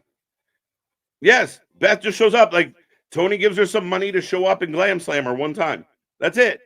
I don't expect her to be all elite or anything like that. I just expect her to show up to help her hubby.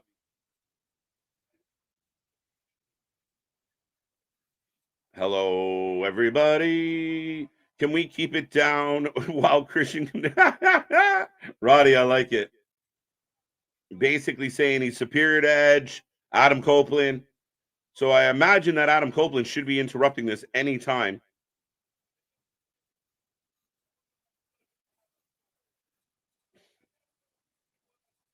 Christian is banging Nick Wayne's mom. Yeah. Nick Wayne's mom's got it going on, folks. What can we do? I assume the whole of the BCC is in Japan, Dave. Right now, so that's a big part missing. That is actually a good point. Mox is over there. Danielson's over there. All right, okay.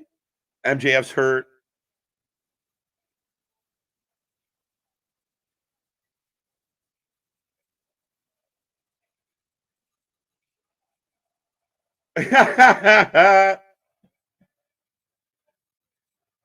They're chanting Luchasaurus. They're chanting Luchasaurus. If this doesn't end with Killswitch trumping everyone, it's a mistake. Not yet. Too soon. Not yet. He just gave him the belt. Can't change his mind 3 days later. Come on now. Bring out Jungle Jack. That's what you need to do. I think you add Jungle Boy to this. Even though the way the storyline played out between Jungle Boy and Luchasaurus and all that fun stuff, put him back. Let's forget the past happened. I think Christian would help insulate Jack Perry and build him up a little. Not gonna lie. I don't know what else you do with Jack Perry. How do you merge Jack Perry back into this? Oh, wait. We're in the back again. Ruby, Soraya, and her new friend. I'm committed to this role. We got the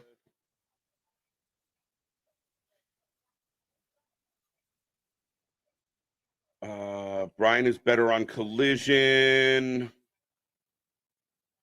Maybe AEW fans or spoon-fed wrestling fans. They can be at times, very much so. But that's only because the guy that's making the decisions is really paying attention to what they're saying. At almost to his detriment.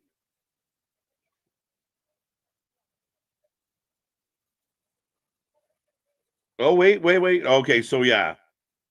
All right. So clearly they're gonna go after Ruby here. So that'll be interesting. But here comes Takashka. Takashita? Jungle Jack should be with I agree with you, CX, 100%. I can get behind that decision. If Jack Perry just comes back as a single and you try and pitch him heel or babyface, I think you're gonna get fucked on the deal. I don't think there's. Is he a good little flipper, run around guy? Sure. Is he a terrible wrestler? No. But does he have any personality that you can sell?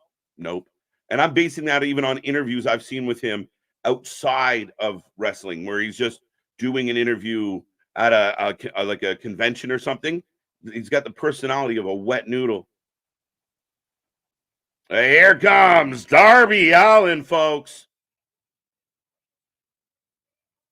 She still could, Richard, but I think there needs to be an answer to Nick's mom involving herself. 100%. That's why I thought the no DQ match set that up so well, right? That Nick Wayne's mom would like jump on Edge's back and be scratching at him, and out of nowhere, here comes the Glamazon. I was all for that, but it didn't happen. So I don't know. Could Triple H swerve everybody and sign Mercedes and Trinity? KJ does cerebral assassin. KJ does cerebral assassin for a reason. Yeah, listen, anything's possible. And I'll give you the perfect example. Tony Khan thought Jade was coming back. And if the athletes who are smart are going to play the companies against each other. So the WWE says, this is all we can pay you. Mercedes says, fine, I'm going to leave.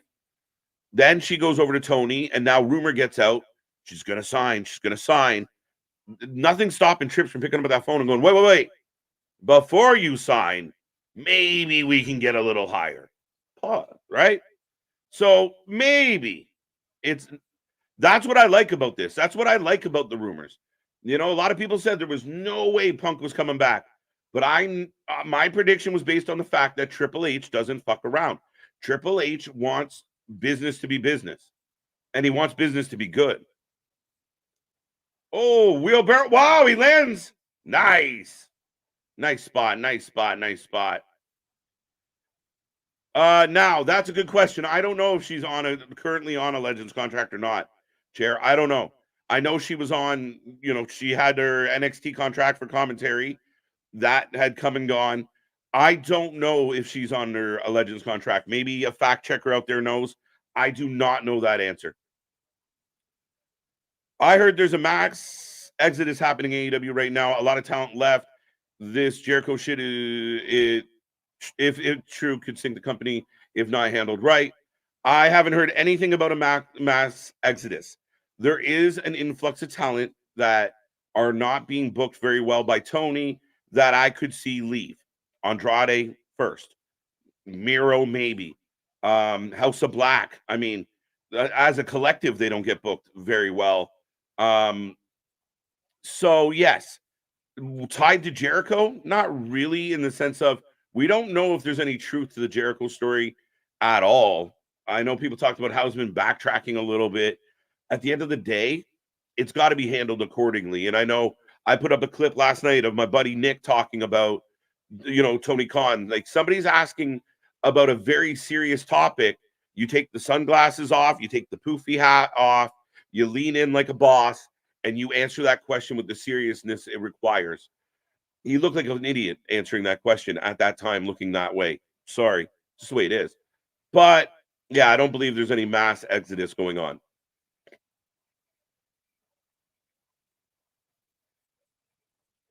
Right. Tony Khan needs to push more of his homegrown talent, not just relying too much on WWE former talent. 100%. I think that's what really hurt AEW in 2023, late 22, is you started all that influx, and it was that soul of AEW being in, kind of that independent, grimy vibe on a grander scale. You started losing that, and you started getting, it was WWE talent. But then Tony was too chicken shit to book the talent in top spots because he didn't want to be criticized. So he hesitated. So they went, we got the Rubies and we just saw it. Wow, that was insane. Rolling German suplex? That was different. But yeah, I think at the end of the day, he got himself in a pickle, right? Because The talent that had been there from day one and growing the company are now pissed off that you're booking the WWE imports. But the WWE imports, for the most part, were a lot of talent that aren't in their prime anymore. They're not the people they used to be. We just saw it with Adam Copeland. Like, TV ratings went down with Adam Copeland. It hurts. So they got to find a balance. There's a way to do it. And Tony Khan's just got to book good. Like, it sounds dumb, but take your time and make sure your booking is good. Make sure it's quality. I praised them for the opening segment, and a couple segments here tonight now take away a little bit of that praise, because you did the first part really good, really quality, and then you kind of drop the ball on a few other things. You get clunky, you get sloppy again. Darby, yeah, no, 100%. 25 minutes for 5 years is insane. Did that come at least 10 Snoop appearances on AEW? 25 mil for 5 years. Again, is that speculated? Is that rumored? I've been talking to y'all, so I have no idea what's going on the internet. 99 hours for AEW Dynamite. Okay, Darby needs to lose. Yeah, I don't expect Darby to lose. We will take a prediction, guys. I forgot to mention that. If you haven't made a prediction yet, who's going to win this match? I'm curious what you think. Takeshita could use a big win. You're not wrong. We got that one. This storyline does feel like Edge might return with Jack Perry to convince Luchasaurus to be partners again. That is an interesting take, Richard. I haven't heard that take, because I assume that Jack would have to go with Christian. But then you only got Christian and Nick Wayne. That's not good enough. Christian needs backup if they're going to take Luchasaurus away from him. Lucha needs to turn today. I don't think so. You got to figure, just the way that promo got cut, guys, you really think that they are in any way on the verge of breaking this up? Like, I think as it's like getting hot and he's your best heel, if you break it up now, then what? I think they're going to ride it out. I think we could do with less Nick Wayne's mom, for sure. I don't get her, why she's there. If I was Nick Wayne, I'm like, fuck, I got to go on TV every week with my moms? Damn it. That's what I want to be known for. The guy that gets brought to the arena by my mom. I'm trying to be a grown-ass man here.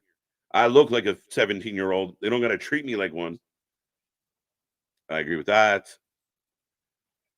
Got that one. Got that. Wow. We're back from picture in picture, by the way, ladies and gentlemen.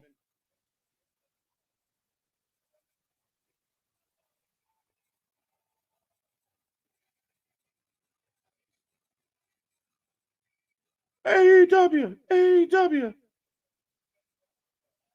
Darby needs to lose. The younger wrestler. I want to see Kill Switch turn on Christian. Too soon. Maybe not too soon. Too soon. But it's funny that they're chanting Luchasaurus. Darby back in the ring, throwing shots. Oh, going for the Canadian Destroyer. Not today.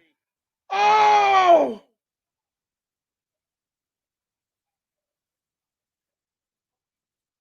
Oh.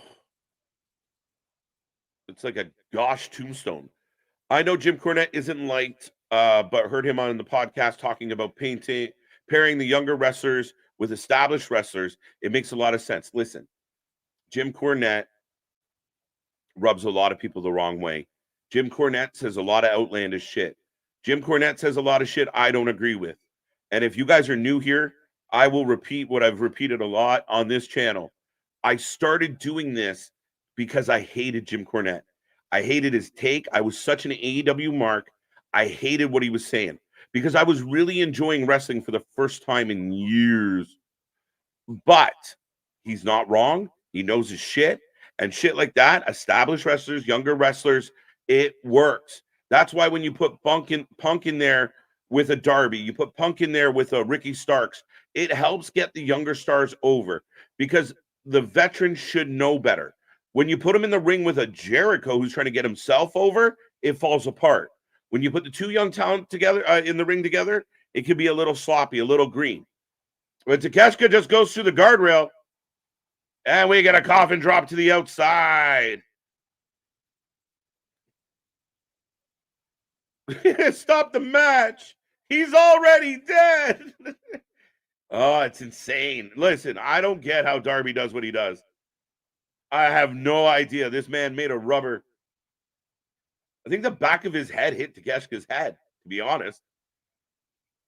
The problem I have with Darby is he kicks out of these phenomenal finishers all the time.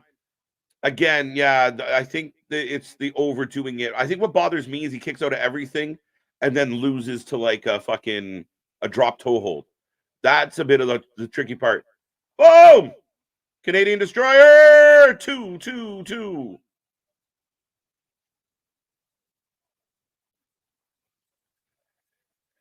They will slow burn everyone turning on Christian, which will leave him alone for Edge to take the TNT title in a ladder match against Christian.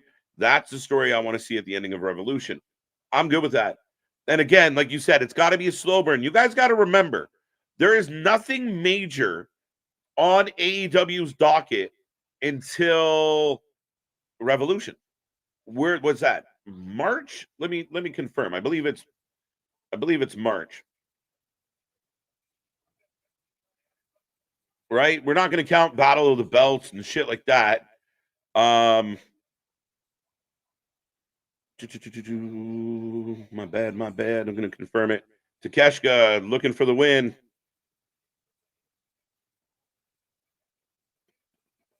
March 3rd. Yeah. So March 3rd.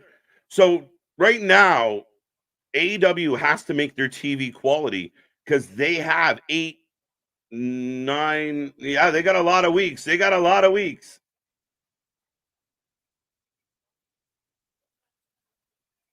Don Callis calling for a stoppage here.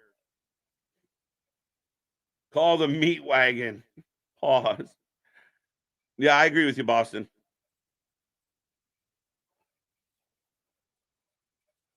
KJ, you think we will get AJ Lee at the Royal Rumble? Highly possible. You got 2 count on the roll up. Oh, we're going for the crucifix. 2 count. And Takeshita removes Darby's head. Holy shit. Match is nuts. The match is insane. I get what you're saying. It's all right. Unsafe. I don't know. Deanna Prazo looked absolutely beautiful tonight. Damien, I agree with you. I'm a big fan of that lady. I'm glad to see her. And I'm really excited what they could do with her. Like I said earlier, the ball is in Tony Khan's court. Artie! Tony Khan got to give up booking and get someone else. Listen, I've been saying that for a long time.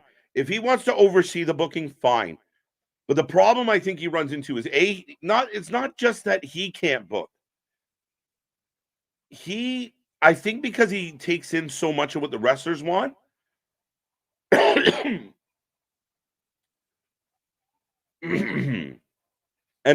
So I choked watching that. A huge super German suplex. Oh my fucking God. And the big knee. And Takeshita absolutely annihilates Darby Allin. Wow.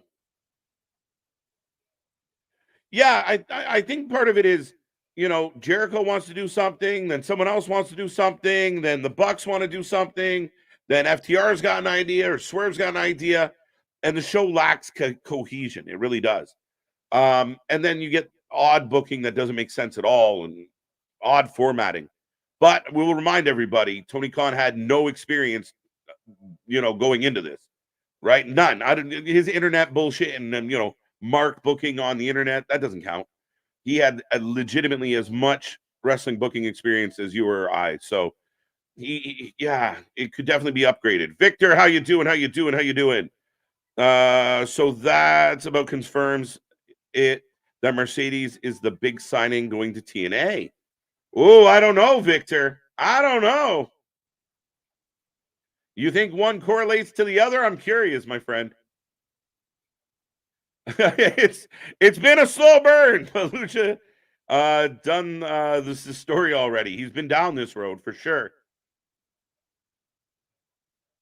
This is why I was happy with the finish and cash in for the Edge and Christian match. Yeah, I didn't love it. There is more story to tell if they do it correctly. We have to remember that this is Christian and Edge. It's up to the booker to make us remember that, though, guys. And I agree. I thought they could have finished that match though without like Lucha just happened to win a battle royal that night, which allowed for that opportunity. All right, fine. I think they could have maybe done it a little cleaner, just between Nick Wayne's mom and Luchasaurus all getting involved. Christian gets the win, and then we keep it going. But fine, it is what it is. But yes, they're definitely you need your payoff at some point. The babyface has to get his comeuppance, but they got to keep the focus on the right two people. So we're in good hands with their creative. Fair enough. Fair enough. Plus, again, they're coming up with a lot of their own creative, right? I'm sure they're running the story 100% exactly what I just said, Boston. Definitely unsafe. Darby doesn't have to do all the dangerous stuff. He can do technical moves, but he likes wrestling on the edge. I will say this.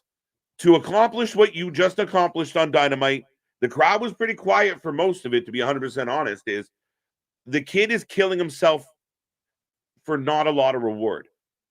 You know what I mean? Like he's putting his body on the line. I love him for it. I appreciate him for it. But make it count. And again, it gets into that idea of if you always do it, then we expect it. And if you can't live up to that hype, like what are you going to be like when you're 30 years old? After getting dropped like this, they could have got to that conclusion with maybe a little bit less of the amount of punishment he had to take. Is that fair? I think that's fair. And again, just looking out for the wrestler's best interest, right? Like it looked like several times he was concussed. I think Edge losing both matches was a bad call. Fair enough. Fair enough. Fair enough. He technically got a win in there, though. But I would have done the battle royal like on the Dynamite instead of the pre-show.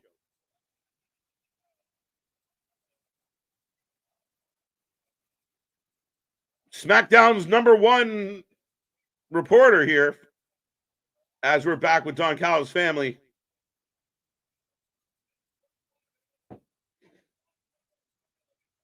Sting is 25-0. They're going to Daly's place.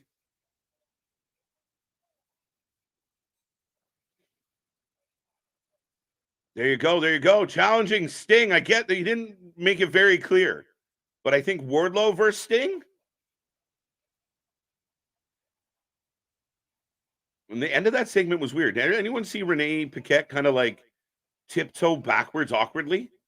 Or was that just my imagination? Here comes Eddie Kingston, your Triple Crown, the first Continental Crown winner. Give him one belt. Maybe if you have multiple belts, we'll just give you one big belt. I don't know. But Eddie Kingston sitting ringside. Up next, the #1 contender spot is up for grabs for his title in what I believe is a fatal four-way. Not heavily advertised, by the way. Big chance for Eddie. My opinion, TK looks like Vince McMahon sometimes. Looks and books. I do feel like there's been a lot. It's funny because TK was like the anti-Vince McMahon, and now more and more, and you even throw in some potential SA scandals, more and more, this guy's starting to rub, those Vince vibes. And here comes Trent Beretta. That's a guy, like, get him away from the best friends. To me, Trent Beretta doesn't belong in that group. He just seems so much more mature, more seasoned. Him hanging out with Danhausen and OC, it doesn't fit for me. But he did chuck Danhausen out of the Battle Royal. That's good news. Does anyone else feel like Victor feels? I'm really curious about this. Anyone else watching right now? Anyone out there feel the way Victor feels? that Deanna showing up at tonight definitely means Sasha's going to Impact or TNA. TNA. Think I could keep TNA in my head a little bit. Here comes the machine, Brian Cage. I'm glad more people will get to see the virtuoso. 100%, man. And I like in a previous project, I had a chance to kind of be involved with an interview she did, and she's such a nice lady, so down to earth, so soft spoken. I want to see her do well, and yeah, more of a spotlight on her will be great. Again, I'm really hoping they book her well, though. If Darby keeps going with this style of wrestling, he does. He's going to be crippled by 40. The vets had to tell him this by now. Apparently, some vets have told him that. And I'm not saying don't have the high spots. I'm not saying don't have the big moments, but do them when they count. You know what I mean? Like, again, that was a bit of a nothing match. I know we're setting up this Sting match for Callis, but you could have probably thrown in a couple softer moves and still got the same feel. You know, keep the big suplex, but if you're gonna do the big suplex, don't do 9 other, you know, I don't know. Maybe I'm just being old and grumpy on that one. He won though. I got that one. Yeah, touched on that. Tony Khan should have given the booking to William Regal when he had the chance. Yeah, and again, maybe not one person, but you got to get the wrestlers out of the booking system. If you're going to continually adhere to what they think is good, you're going to continually get bad segments and you're going to get a disjointed show. That's the one thing. Look, take everything about Vince McMahon and throw it in the garbage. Ignore it for a second. The one thing Vince had, for better or for worse, was he was the filter. He was the funnel. If Russo had a fucked up idea, Vince found a way to make it work or said it didn't work. But you had one vision for the show. Now you got Triple H. The show has a feel. The show has a vibe to it. It's connected.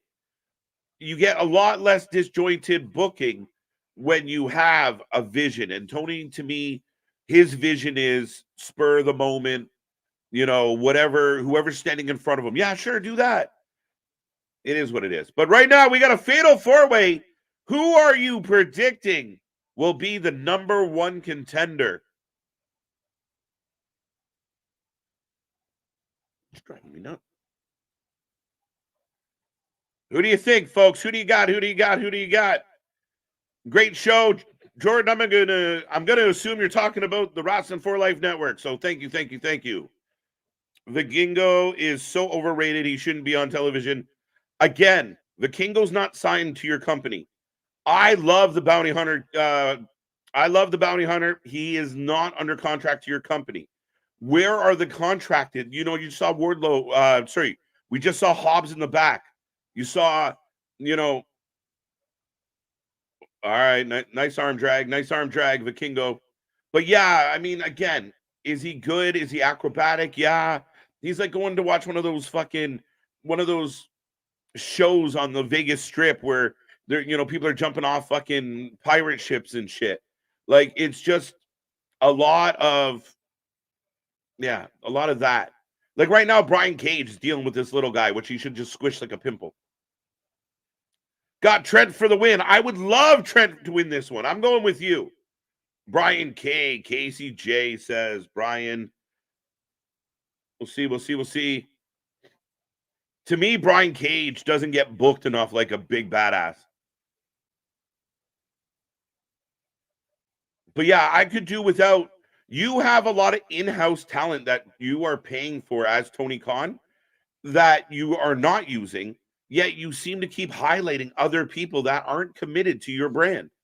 You gotta. Oh, there's Danhausen mad at Trent. Oops. Danhausen mad at Trent, so maybe Trent won't be winning this one.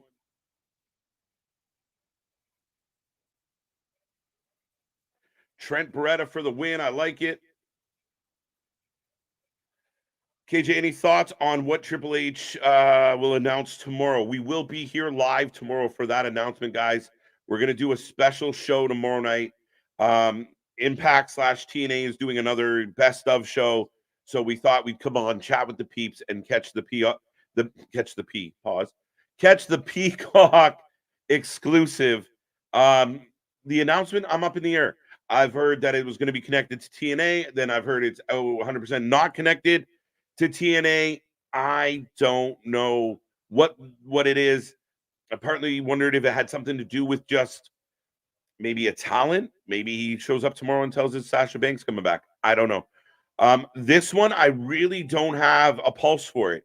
Maybe it is TNA. Maybe it isn't. Maybe it's another show like we SummerSlam is going to be here or Survivor Series is going to be there. I have your guess is as good as mine at this point. WrestleMania in London. Let's go. Let's go. Not a fan of the recorded promo only for Joe. I agree with you. Your new world champion, your first Dynamite, you need Joe to come out. Like, you opened the show with the double, and I gave them credit for it. You guys heard me. I was really happy with that segment, but it feels more important than your world champion a little bit, right? Is tomorrow a live event? No, tomorrow is just they've never done this before. The 2024 preview special. It's a Peacock exclusive, and the CM Punk's going to be there. Montez Ford, Bianca Belair, Rhea Ripley, and Triple H. And I guess they're just going to kind of tell us what's happening this year. I don't know. This is a unique thing that I haven't really caught from them before. We're going to tune in and find out together, folks. What's the main event for tonight's show? Well, looking at the clock right now, shit. Is this the main event? No. What else haven't we had? Oh, no, Garcia Swerve. I bet is something big about WrestleMania outside of the U.S. Now, that is Mojo. I like that. I would be happy. Could you imagine Triple H comes out and announces, yeah, you know what? We're going to do WrestleMania 41 Wembley. Oh, man, that'd cause a lot of people to be mad. Jade, okay, Jade might be there. I didn't know that. I think WrestleMania 41 is in Minnesota, but 42 could be international. Fair enough. I did not know Minnesota. Oh, I know Minnesota. I did not know Mania was going to be there next year. Why Minnesota? I don't really care for this match. Looking up to help AEW Creative. There you go. Let them know, Larry. Let them know. Yeah, no interest in this match. And as much as I've been very positive about this show in general tonight, not my usual cranky Wednesday, again, the AEW shills are going to say, "Oh, what what a burner show." A lot of under talent. A lot of the Kingo takes a headbutt and drops. That didn't look comfortable at all. But yeah, like a lot of like Maria May versus Ring of Honor talent. Dante Martin OC, good match. I enjoyed it, but Darby Takeshita, okay. Bit of a squash. So I expect a little bit more coming out of World's End. But like I said, guys, they have from now until March 3rd to build for Revolution.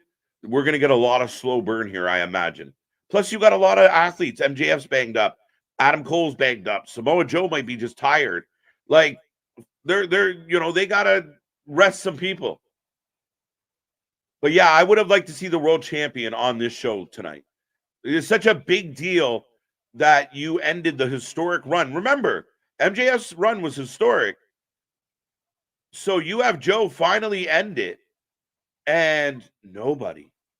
Like, nobody's there. No, like, he's not present. He's not active. He's not involved. It's unfortunate. I think that's a bad decision. Give him next week off. But 4 men battling it out. Bounty Hunter, Brian Keith, the only one on his feet right now.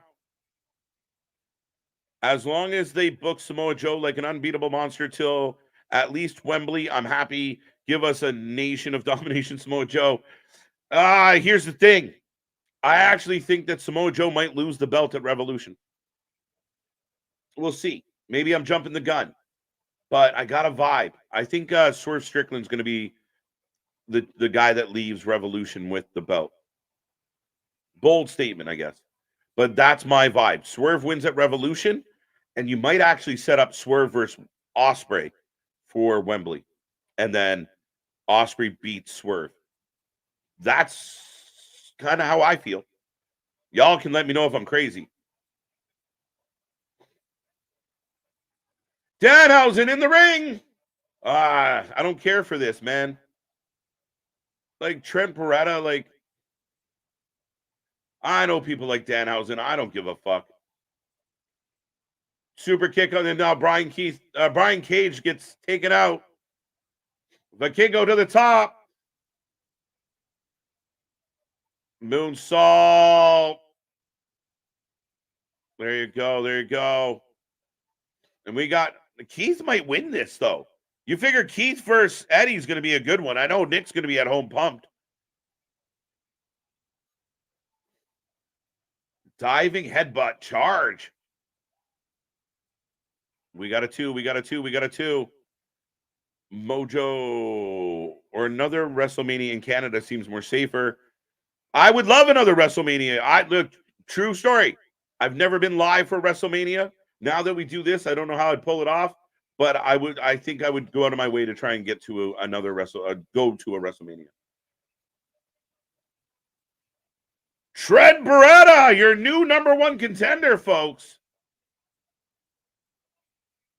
See, I wish Trent won without Danhausen. Do you guys feel like Trent is a serious wrestler? He's going to take on Eddie Kingston, who's the serious of serious guys. And then you got this clown behind him, like yelling shit out. Am I wrong to say that Danhausen is in the way here? Like, if Danhausen wants to get involved in OC shit, fine. But Danhausen being involved with Trent Beretta and this title match that we're going to get on Collision, that's a waste of time for me. Y'all can give me your opinion, but I don't like it. Breaking news, Rock versus Jinder Mahal Elimination Chamber. Let's go! Damien, are you just kidding? I got to check.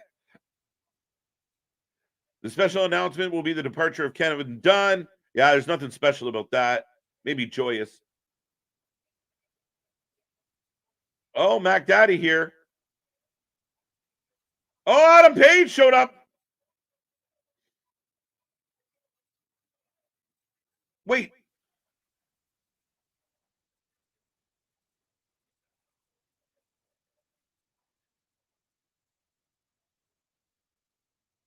All right, we got crazy Adam Page, but I'm confused a little bit. He said Samoa Joe had people put me through a car window. Is that accurate? Am I missing? Did I not connect some dots? But Adam Page is here and he's pissed. Why did you show up with 16 minutes, 15 minutes left on the clock? Where have you been? If you're this angry, why were you not there when Adam Cole was in the ring cutting a promo? Am I wrong? Somebody out there, somebody. Am I wrong? If he's this pissed off, why is he just getting here now?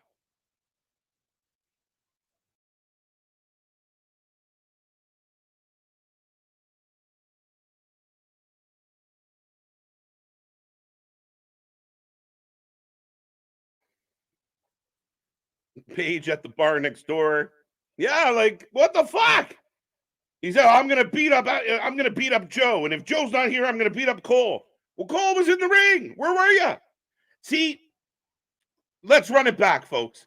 This is where fucking Tony Khan shoots himself in the foot. And again, I made it like 2 hours and 45 minutes before I kind of started, or almost 2 hours, sorry, before I kind of got where I needed to be. Dude, think about this overall. The opening segment, you have everybody come out. So originally when the Bullet Club come out, they have a legitimate issue.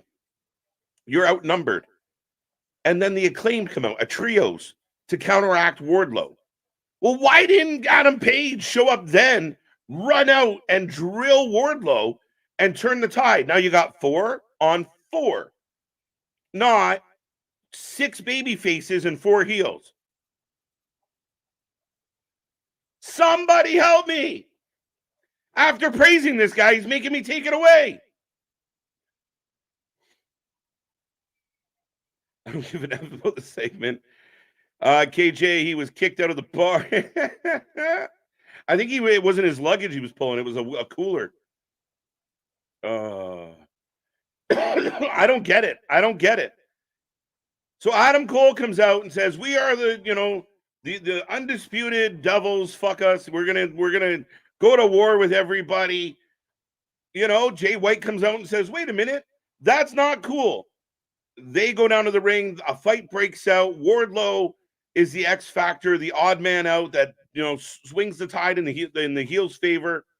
And then the Acclaim come out, and it okay, the claimed have a right and a claim to why they would want to come out. But would Adam Page not have been a better choice? Generally, in wrestling history, the heels outnumber the baby faces, and the baby faces even the odds, not more baby faces than heels most of the time. And keep in mind, if you go back to the beginning of this show, I praised that segment. I thought it was really well done. And then that happened, and I'm like, fuck, Tony.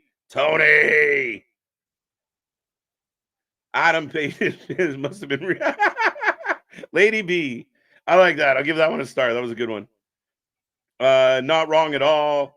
Thank you. They need to build up Ricky Starks 100%. They're going to lose Ricky Starks. Ricky Starks is a guy you're going to lose to WWE if you don't book him proper. And you can actually see Big Bill go back to the WWE. You remember, who was the guy that booked Big Bill better than anybody? Well, it was Triple H. What are the odds? Ricky Starks will not stay in AEW. I do not believe. If his contract was expiring today, he'd be gone. By the way, ladies and gentlemen, the main event is now coming out. Got about 12 minutes on the clock. As Swerve and Danny Garcia, I will take your predictions. But why did Adam Page just get here now? And how are you going to fit anything? Like, we got a main event right now. How are you going to fit in anything else? Oh, fucking hell. Tony Khan, man, you're making my life hard. Yeah, the Devil's Henchmen at the behest of Adam Cole. That had nothing to do with Joe. I know why Page is mad at the Henchmen. I don't understand why Page blamed Joe. He said Joe had them throw me through a windshield. I don't think that's accurate. It's got to be Ospreay and Wembley for the belt just to sell tickets, 100%. Plus, it would be such a good moment. See, this year in Wembley, they tried to make Ospreay a heel because Jericho's a fucking leech, and he got cheered anyway. If you run Will Ospreay into Wembley as just a straight up baby face, ready to go, and you give him a good opponent, not fucking Jerablo, then you have something to sell the fans. And that would be you give me Ospreay, Swerve, Ospreay, whoever, it's going to bang. And if Ospreay wins it, the place will come lit. And if they have if they have as many people that in Wembley that they did last year, it's going to be a pop of all pops. KJ, with all the production problems in AEW wouldn't they benefit from a Kevin Dunn? And if so, I think Kevin Dunn would go nuts in AEW. I can't imagine that would be a marriage that would work. Kevin Dunn, again, known for being abrasive, known for being a little old school because he's been around for a while. I think he would hurt a lot of the snowflakey talent. I think that he would want to do it his way and then be constantly butting heads. Yeah, could they benefit from him? Yes. Could it work? No. I think he's retired. Fuck it. Go for him. Go film porn or something. I don't care. But I think he's retired. Hangman prefers the dramatic flair. There you go. There you go. He came running in like he's on that woo energy. It took a while for Page's electric car to charge up. My cowboy Prius wasn't ready. He was kicked out of the bar. Got that one. Not wrong. I got that one. I love how we're continuing to ask why their booking is bad. It's funny because JV earlier kind of, made a comment and I went at like, man, you know what? It's okay. And by the time we get to the end of the 2 hours, I'm like, fuck. The back half of the show was a drag. I really, really want to come on Wednesdays and just be like, awesome! Yes! I'm so happy Kevin Dunn is gone. That man had so much power. He was just as powerful as Vince. Yeah, I mean, again, the changing the structure. And again, if you're Triple H and you're trying to direct a team to do certain things, and then you always got to butt heads with this stubborn old fuck that's been there forever, that's stuck in his way. Me and Nick talked about it. The biggest thing that's great about Kevin Dunn gone is we're not getting a whole bunch of camera. We're not getting all those camera flips. Garcia staring at Nana, by the way, and I will get to some of these predictions. MJF for the Rumble. Blow my mind. Let's go. You guys can have Sasha. We'll take MJF. All right? You guys got Copeland. We got Punk back. Now you can have Sasha. But we're going to get a dance off here for sure. Swerve Strickland for the win. He has to win. So Danny and Nana are dancing at each other. Set it off for is kicked out at AEW tonight. I'm truly 50-50 on this match. I just think Swerve's got to keep winning. I think you got to keep building Swerve. Swerve losing to Danny tonight, to me, hurts. Ricky versus Swerve versus Osprey. Sounds great. I don't think we'll get it, though. Oh, Danny kicking Nana. Oh, big boot from Swerve. Little bocce. Swerve against Joe. Who's the heel and who's the baby face? It's AEW where heel and baby face don't matter. Just show up and fight. So I think the crowd would be super into Swerve versus Joe.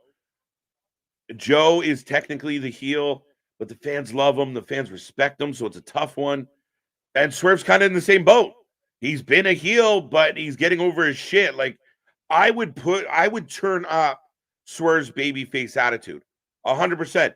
With Nana doing the dance and that, you want him to be a pure babyface. Yeah, shit dance off coming up. Facts. Got Swerve for the win. It takes a while. Got that one. Swerve when I drive. There we go. Swerve for the win.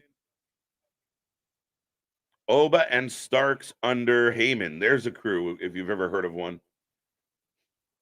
Prince Nana is good hype. Prince Nana is excellent, man. That's why, like, it's kind of like the Jey Uso thing, right? Right? Yeet got over like fucking nothing else.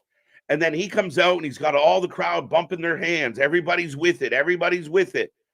If Jay was doing the exact same shit he's doing right now, but he was a heel, it would confuse your audience.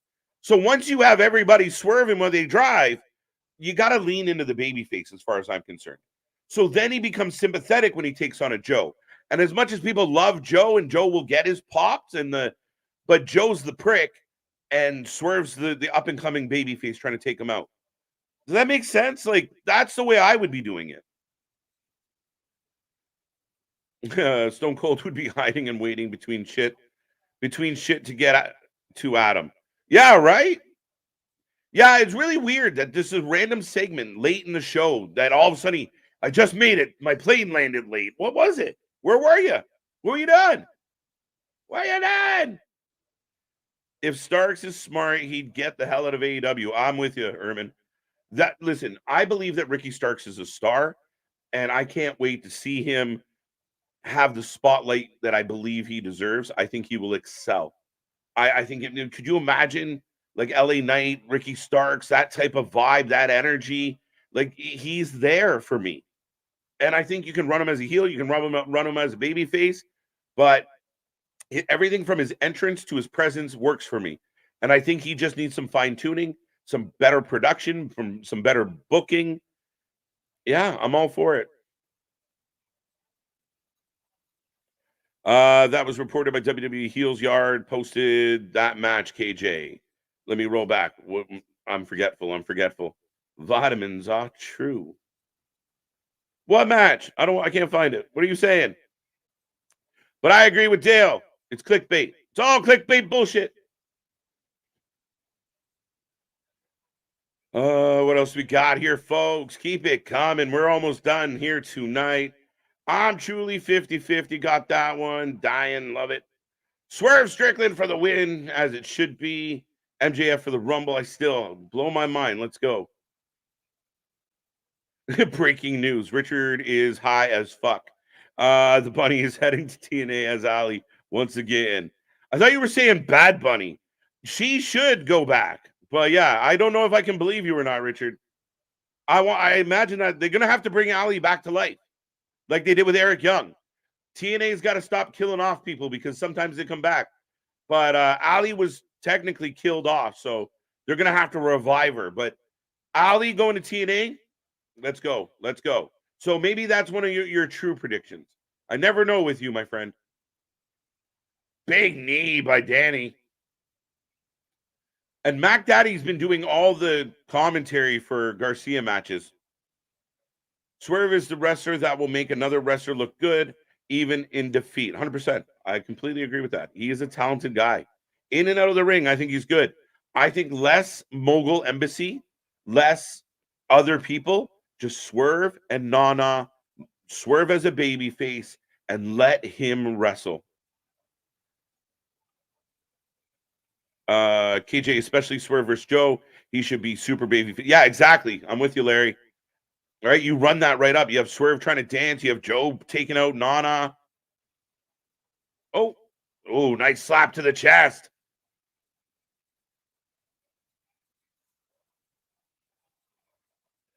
You can't run the risk of I think that's kind of AEW style, right? But yeah, I mean, they're both going to be over as fuck. So maybe you just get the whole fucking crowd into it. I don't know, JV. You got a point. Swerve already lost momentum. He should have. Nah, I don't necessarily agree with that. I think my argument with that is the Continental Classic gave Swerve some really good matches to get involved with, but at the same time, maybe he shouldn't have been in it. Maybe he could have been building an angle. Maybe something with Keith Lee or something with somebody else, but you're building a story. He's involved in something intense, right? Give him a heel to run against, really build up his value, and you run that over the same time, and somebody else goes in the Continental Classic. I think the momentum got hurt, especially when you started teasing him running it back with Keith Lee with no story. It's just like, we're going to do this. That made no sense. Sharpshooter on the table, and they fall off. Holy shit. AEW, God love you, man. You are your own worst enemy. That could work. We've done that before. Ali's twin Abby. I'm okay with that. The crowd chanting, you fucked up. They went for a sharpshooter on the table and just slid the fuck off. Wasn't there? I'm sure there's been plenty. I'm trying to think of an obvious one, but I'm positive it's happened before. Whew. Next week, we got Darby Allin and Sting. Okay. So Callis didn't explain this well. So, yeah, when he was specifically talking about Sting being 25-0 or 24-0, I assumed Sting was going to get a singles match. Darby just got broken in half. So you're going to do. Wow. Nice. Swerve with the roll through into the suplex. My beer. But yeah, here's my issue. Darby just got destroyed by Takeshita. Then you add in Hobbs. And no offense to Sting, I know he's a legend and all. But you bring in Hobbs, and now you got Takeshita there with Hobbs going against Darby and Sting. technically Darby and Sting should lose. It's very interesting. I don't know. I thought it was going to be a singles match, which even that was hard to explain, but nonetheless, fair enough. Wow. Why do we got Mac Daddy like fanboying this? Flatliner out of nowhere. Oh. Wasn't there? Yeah, the Rock versus Jinder Mahal. Oh, you're talking about the Rock? No, that's clickbait. That's bullshit. Oh, the ref's hand came down. That was. Woo. Yeah, that can't be true, Damien. Maybe it is. But I think that's clickbait. Botched. Find that on our friends Botchamania, who AEW is at war with. They keep pulling all this shit down. We were featured on Botchamania. We have a huge thank you to them for that. Not that we botched, we just covered an interview about a botch. But big shout out to Botchamania. But they'll definitely be adding that one to their. We got a two. Crowd finally woke up. I heard it was supposed to reported that Trinity is heading to WWE. Rumors that she might be heading back. Now, remember, she's still going to defend her belt at Hard to Kill, and Swerve ends it.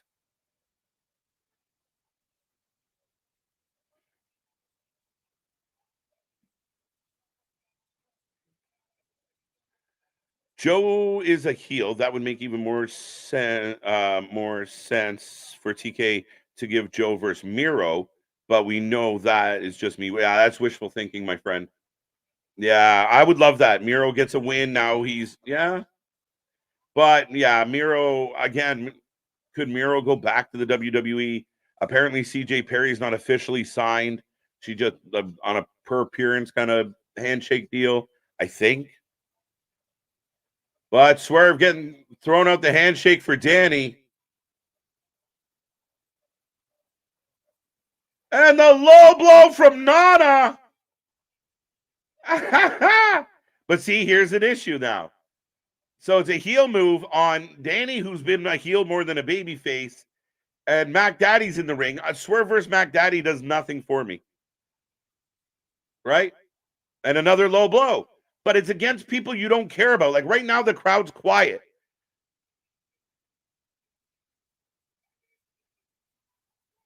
But see, the crowd is cheering. Here comes Hangman. Fuck. Aren't we done with this shit? Swerve had nothing to do with why he's mad. Swerve had nothing to do with Adam Page's problems tonight.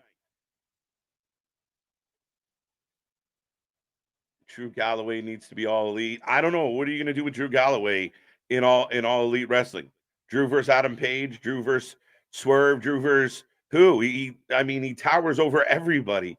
To me, it's an awkward fit. And now Page and Swerve are fighting. So Swerve's still mad and still got issues with Keith Lee. That never got a conclusion. These two have already bled all over each other and actually drank, we drank some blood on that last one. So they're mad at each other. But Paige was supposed to be mad at Cole or Joe. What the fuck?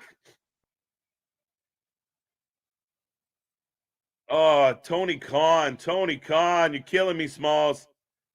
I swerve when I draw. Yeah, I swerve when I book. Fucking hell. I don't see MJF, but others are likely. Oh, we're going back after it. The bells are ringing. At least they've added that into it. I like when they do that.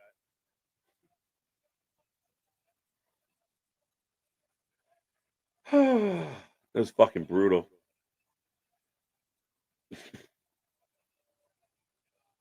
I'm super botched. 5 minutes overrun, but I don't see no Sasha, guys. No Sasha Banks. Mercedes Moné is still not all elite as far as we know. But the match and the show have come to an end, folks. Remember, I want a rating out of 10. I got 130 people hanging out. I need ratings out of 10. What did you think about the show? What did you like about it? What didn't you like about it? I was so positive all night long, guys. I'm afraid that I can't maintain. What the fuck just happened? Swerve is going through what LA Knight went through leading up to Money in the Bank, organically got over, but the company isn't ready. I don't mind that take, TJ. Kind of a point where he's kind of got past the booking. Fair enough. I don't get the Adam Page part of it just because Adam Page had no issue. Like, Adam Page's current anger is with Cole and the Devils, like Cole and the United Kingdom, whatever the fuck they are, and or Undisputed Kingdom, United Kingdom, or you go the other way, right? Like, I'm really confused with all of that extra booking at the end there, so it's really a mess. I hate to be that guy, but I told you. Anytime TK fumbles the ball, he gives us surprises to try and win us back. It's all smoke and mirrors. But there wasn't as much as you thought, though. And again, you're right, JV, in the sense that the additional shit fucks up the good show. We were going. I complimented the opening segment. I complimented the first match. I was happy with where we started. But what the fuck just happened? Off the rails. Bad booking, bad. I know. I can already hear some of them like, oh, I can't believe you're picking on them again. I'm not, guys. I just want it to all come together. The show ended up falling flat. Maybe you disagree. I will look at your ratings. But I thought the show was, oh no. Page appearances on 2 segments got annoying. Just unnecessary. Didn't help anything. And then him going after Swerve. Been there, done that. They damn near killed each other. So why, again, am I wrong to say just let that go? Let Swerve find someone else? And again, Swerve and Nana being heelish against heels, right? Magic Dad, or Daddy Magic, who we refer to as Coke on this show, and Garcia have been heels 90% of their booking in this company. Right? Am I wrong? Correct me if I'm wrong. But they've been heels. Swerve has a match with the guy, tries to show him some respect, and they low blow 2 heels. So a guy who's borderline babyface, kicks 2 heels in the nuts. Is the crowd supposed to boo? They didn't boo. Is the crowd supposed to be mad? They weren't mad. Then Paige comes out, everyone cheers, but we've already got past this. And now we're working backwards on it. It was a weird show tonight. It wasn't what I expected for the show, and you guys know my buddy Big Nick, who's here with me. He's talked about this the last several pay-per-views for AEW. They give you a pay-per-view, you give you some hope, and then you get back to the show, and it's the same old shit. Whew, that was fucking messy. That's why he did it that way. Not sure. I give it a 7 only because Deonna Purrazzo. Fair enough. Booking sucks. It did. Keyshawn, don't put that evil on us. What did Keyshawn say? No Jeff Jarrett tonight. That's interesting. 7.8, almost an 8 for the matches, but TK's booking will fumble. Here's the thing, CK or CX. Here's the thing. Were the matches that good tonight? Like, I feel like we got a handful of very average matches. I didn't like the Fatal 4-Way. I didn't care about it. I wasn't invested in any of it. And Vikingo hitting a moonsault on Brian Cage doesn't stir my drink, at least enough. I thought Orange Cassidy was a good match. I thought it was decent, but decent. I don't know. Like, am I missing something? Like, were any of the matches really fucking good tonight? Like, that was a banger. I heard someone earlier today, like Orange Cassidy but I mean, yeah, it was supposed to. This one's gonna bang, but it didn't bang. I don't think it banged. Did Swerve and Daniel Garcia bang? Was that a banger? Is that a match that we're gonna remember in a month and go, hey, do you guys remember that Swerve Daniel match? Maybe, I don't know, guys. I'm just asking you the question. Instead of me always yelling, no Jericho tonight. It's a smart decision. And anytime we don't get Jericho, it's better for AEW. I mean, Jericho, I've been public about it constantly. I don't care. Like, I have no idea if the claims against him are true or false. Before that even came up, I have no love for Jericho. I have no desire to see him. I think he pulls down the quality of the show. So no Jericho is a good thing. 5 out of 10. Glad no Mercedes. I don't want her in AEW. Fair enough. Daddy Magic is a saint. I love Daddy Magic. But when we call it Coke and Diet Coke, I guess, is Angelo Parker hurt or just, tied up with Ruby? 78 out of 10. That's what you gave me, John. 78 out of 10. 7 or 8 out of 10, maybe? You want to choose one? 6 out of 10. I'm going to agree with you. It was okay. I didn't hate the show, and I did start off with the beginning of it. I was really solid. By the end, it got clunky. It got sloppy. It's like Tony Khan should book 15 minutes of his show and then go for a break, and then come back and book another 15 minutes. Because if he books it all in one shot, he gets all scrambly by the end. I don't know. There's like squirrel problems. Yeah. Oh yeah, we got to get the turnaround now. Swerve's got to drink the blood of Paige, and we're even. This show was better than last week's show. What did I rate last week's show? I can't remember. That goes to tell you everything I need to know, Mega. I can't remember what I rated last week's show. I can't remember what happened on last week's show. I didn't hate tonight. I really didn't. I just thought it got very mid matches. Like, again, coming off the pay-per-view, it was just a lot of no Joe. Paige mad at anybody, but showed up really late about it. I like the opening segment. I think I've said that multiple times. Again, like, Mariah May is supposed to be a big deal. Her first match didn't tell me that she's a big deal. I didn't see that Mariah May match tonight and go, oh my God, we got to see more of this lady. All right. And no offense to her opponent, but yeah, I'm with you. I'm gonna go 6. 5, Mercedes, mediocre at best. A-Town, good to see ya. Daddy Magic is a saint. No Sky Blue on tonight was disappointing. Yeah, there you go. No Sky Blue. There was a lot of people not there tonight. And again, someone did point out there is a chunk of their talent overseas right now as they're getting ready for Wrestle Kingdom. 6.8. But I don't like making excuses for the wrestling company. It's your job to fucking perform. I don't give a fuck what your parameters are. Put on a good show. 7 out of 10. Show started out great opener with Cole. I agree. Had a nice main event. Not bad. A good Takeshita win. Not bad. Again, a little bit of a flat match, though. And a good debut of Deonna. I like that. Okay. But the Fatal 4-Way was boring and Christian's segment lacked. Richard, I think that's a fair assessment. Not bad. I'm right there with you on a lot of it. I'm adding a point because of no Jeff. Actually, facts.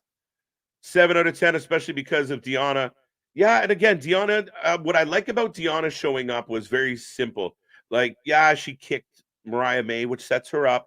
Now she's in that, like I said, the periphery of the champion. She should be in the periphery of the champion. Like, if she was to come out and get in a fight with fucking, at this point, like a Ruby Soho or some of the lower card talent or underbooked talent, it doesn't help her. Her coming out and getting in the periphery of the world champion right away is good for business. Deonna Purrazzo, if booked properly, will bring a lot to this company. And hey, if I was Tony Khan and you got Taya Valkyrie on contract, get her in the ring with Deonna, and they'll put on some really, really good women's matches. I don't know what the fuck Britt Baker's doing. I don't know what she's up to. But Serena Deeb's there as well. You have potential to really hype up your division. I would really recommend you make some good decisions here. 4 out of 5 out of 10. Are we surprised that there was no Mercedes Moné?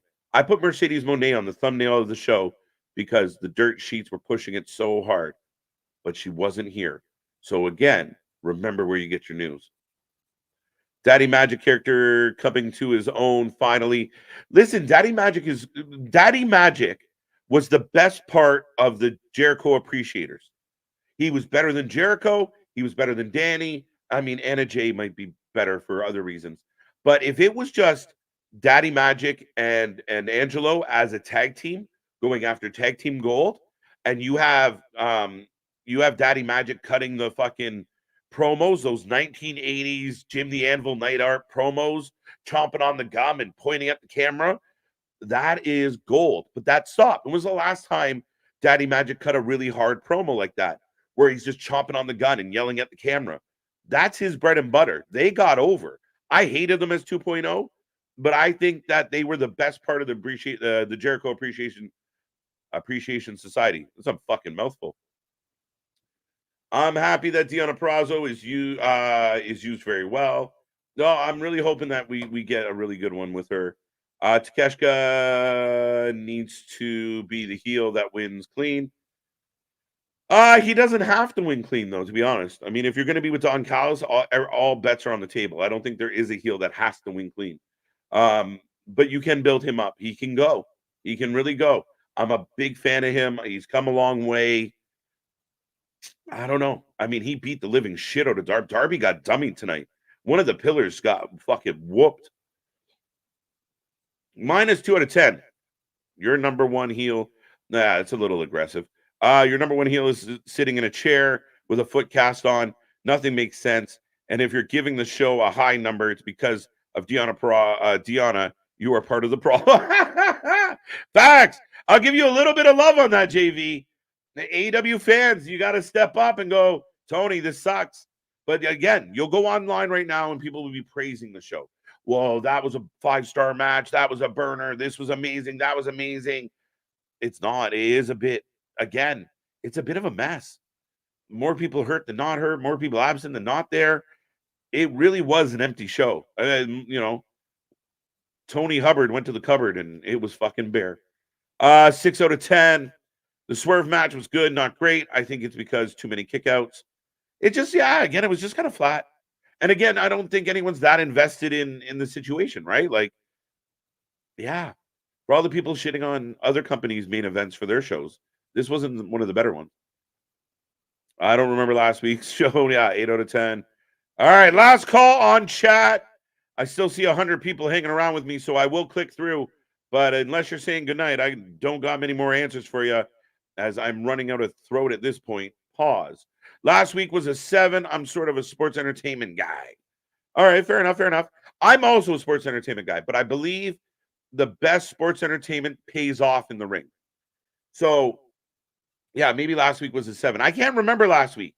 But tonight, as a sports entertainment guy, the sports entertainment didn't come together very well. The opening segment, again, I'm beating the fucking dead horse because it's all I can think of. But I really do think there's a bit of a disconnect there. And I feel like the show just tapered off as we went. And again, guys, I promised, new year, I was coming in with a new attitude, and I was going to be very pro-positive Dynamite and really, really try and focus on the good, right? But, oh my God, it makes it hard. He makes it hard. KJ, if anything, I actually want to see more of Mariah May's opponent than I do her. Fair enough. New viewer and subscribers, thank you for your time. I Do Me Inc. Thank you for joining us. Thank you for being here. We appreciate it, guys. The channel's cooking right now. I said we haven't even come up to our 2nd anniversary yet. We will be celebrating that, and we're here all year long. I think we did something like 600 live shows last year. We're hoping to do more than that this year, and we got more content coming your way. I appreciate it. I really do, guys. It is fun to watch. Seeing this sit in triple digits blows my mind. I'm down for Deonna Purrazzo and Toni Storm 100%. Again, those are the opponents. Deonna Purrazzo and Toni Storm will make each other look good. Toni Storm and Rio, what people are missing, they can love Rio all they want, but go watch that match from Saturday. Rio made Toni Storm look bad. It's too botchy. It's too clunky. She can't pull off the moves. She can't even take the fucking moves. You need professionals. You need talent. You need people that can go and highlight each other's strengths. 100%. 4.5 out of 10. One little surprise with Deonna. There you go. I'll give you that, Louie. Good to see you. Mariah should have debuted against a talent the AEW audience knows. 100%. 100% agree with you, Richard. Bring out a Sky Blue.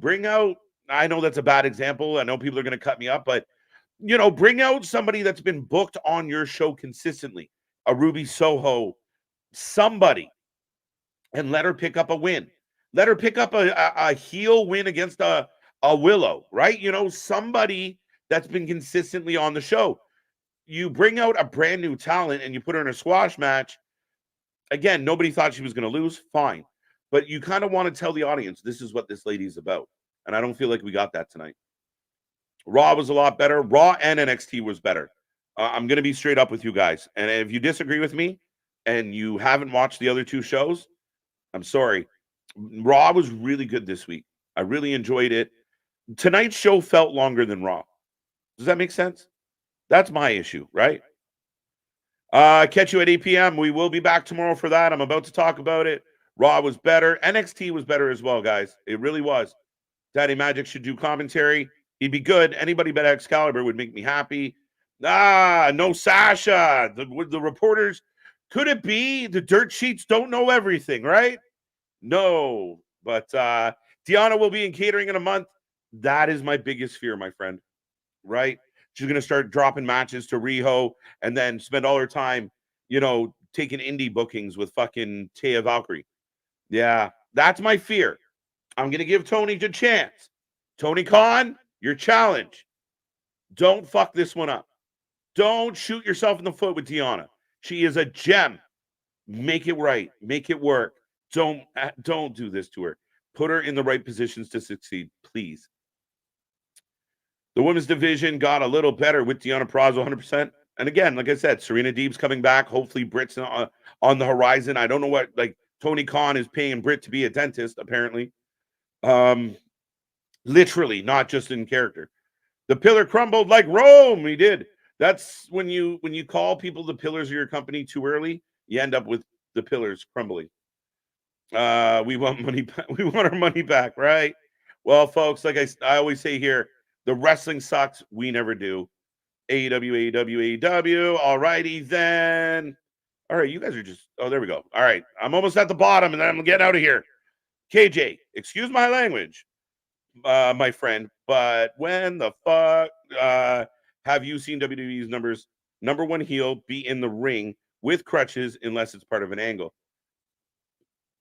Yeah, I know what you're saying. I really do, and I get it.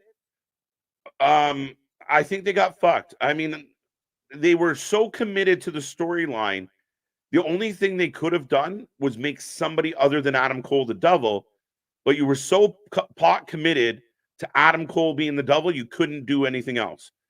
So if Adam Cole's going to be in a cast and play like the heel leader that can't go, I think that I can be okay with that.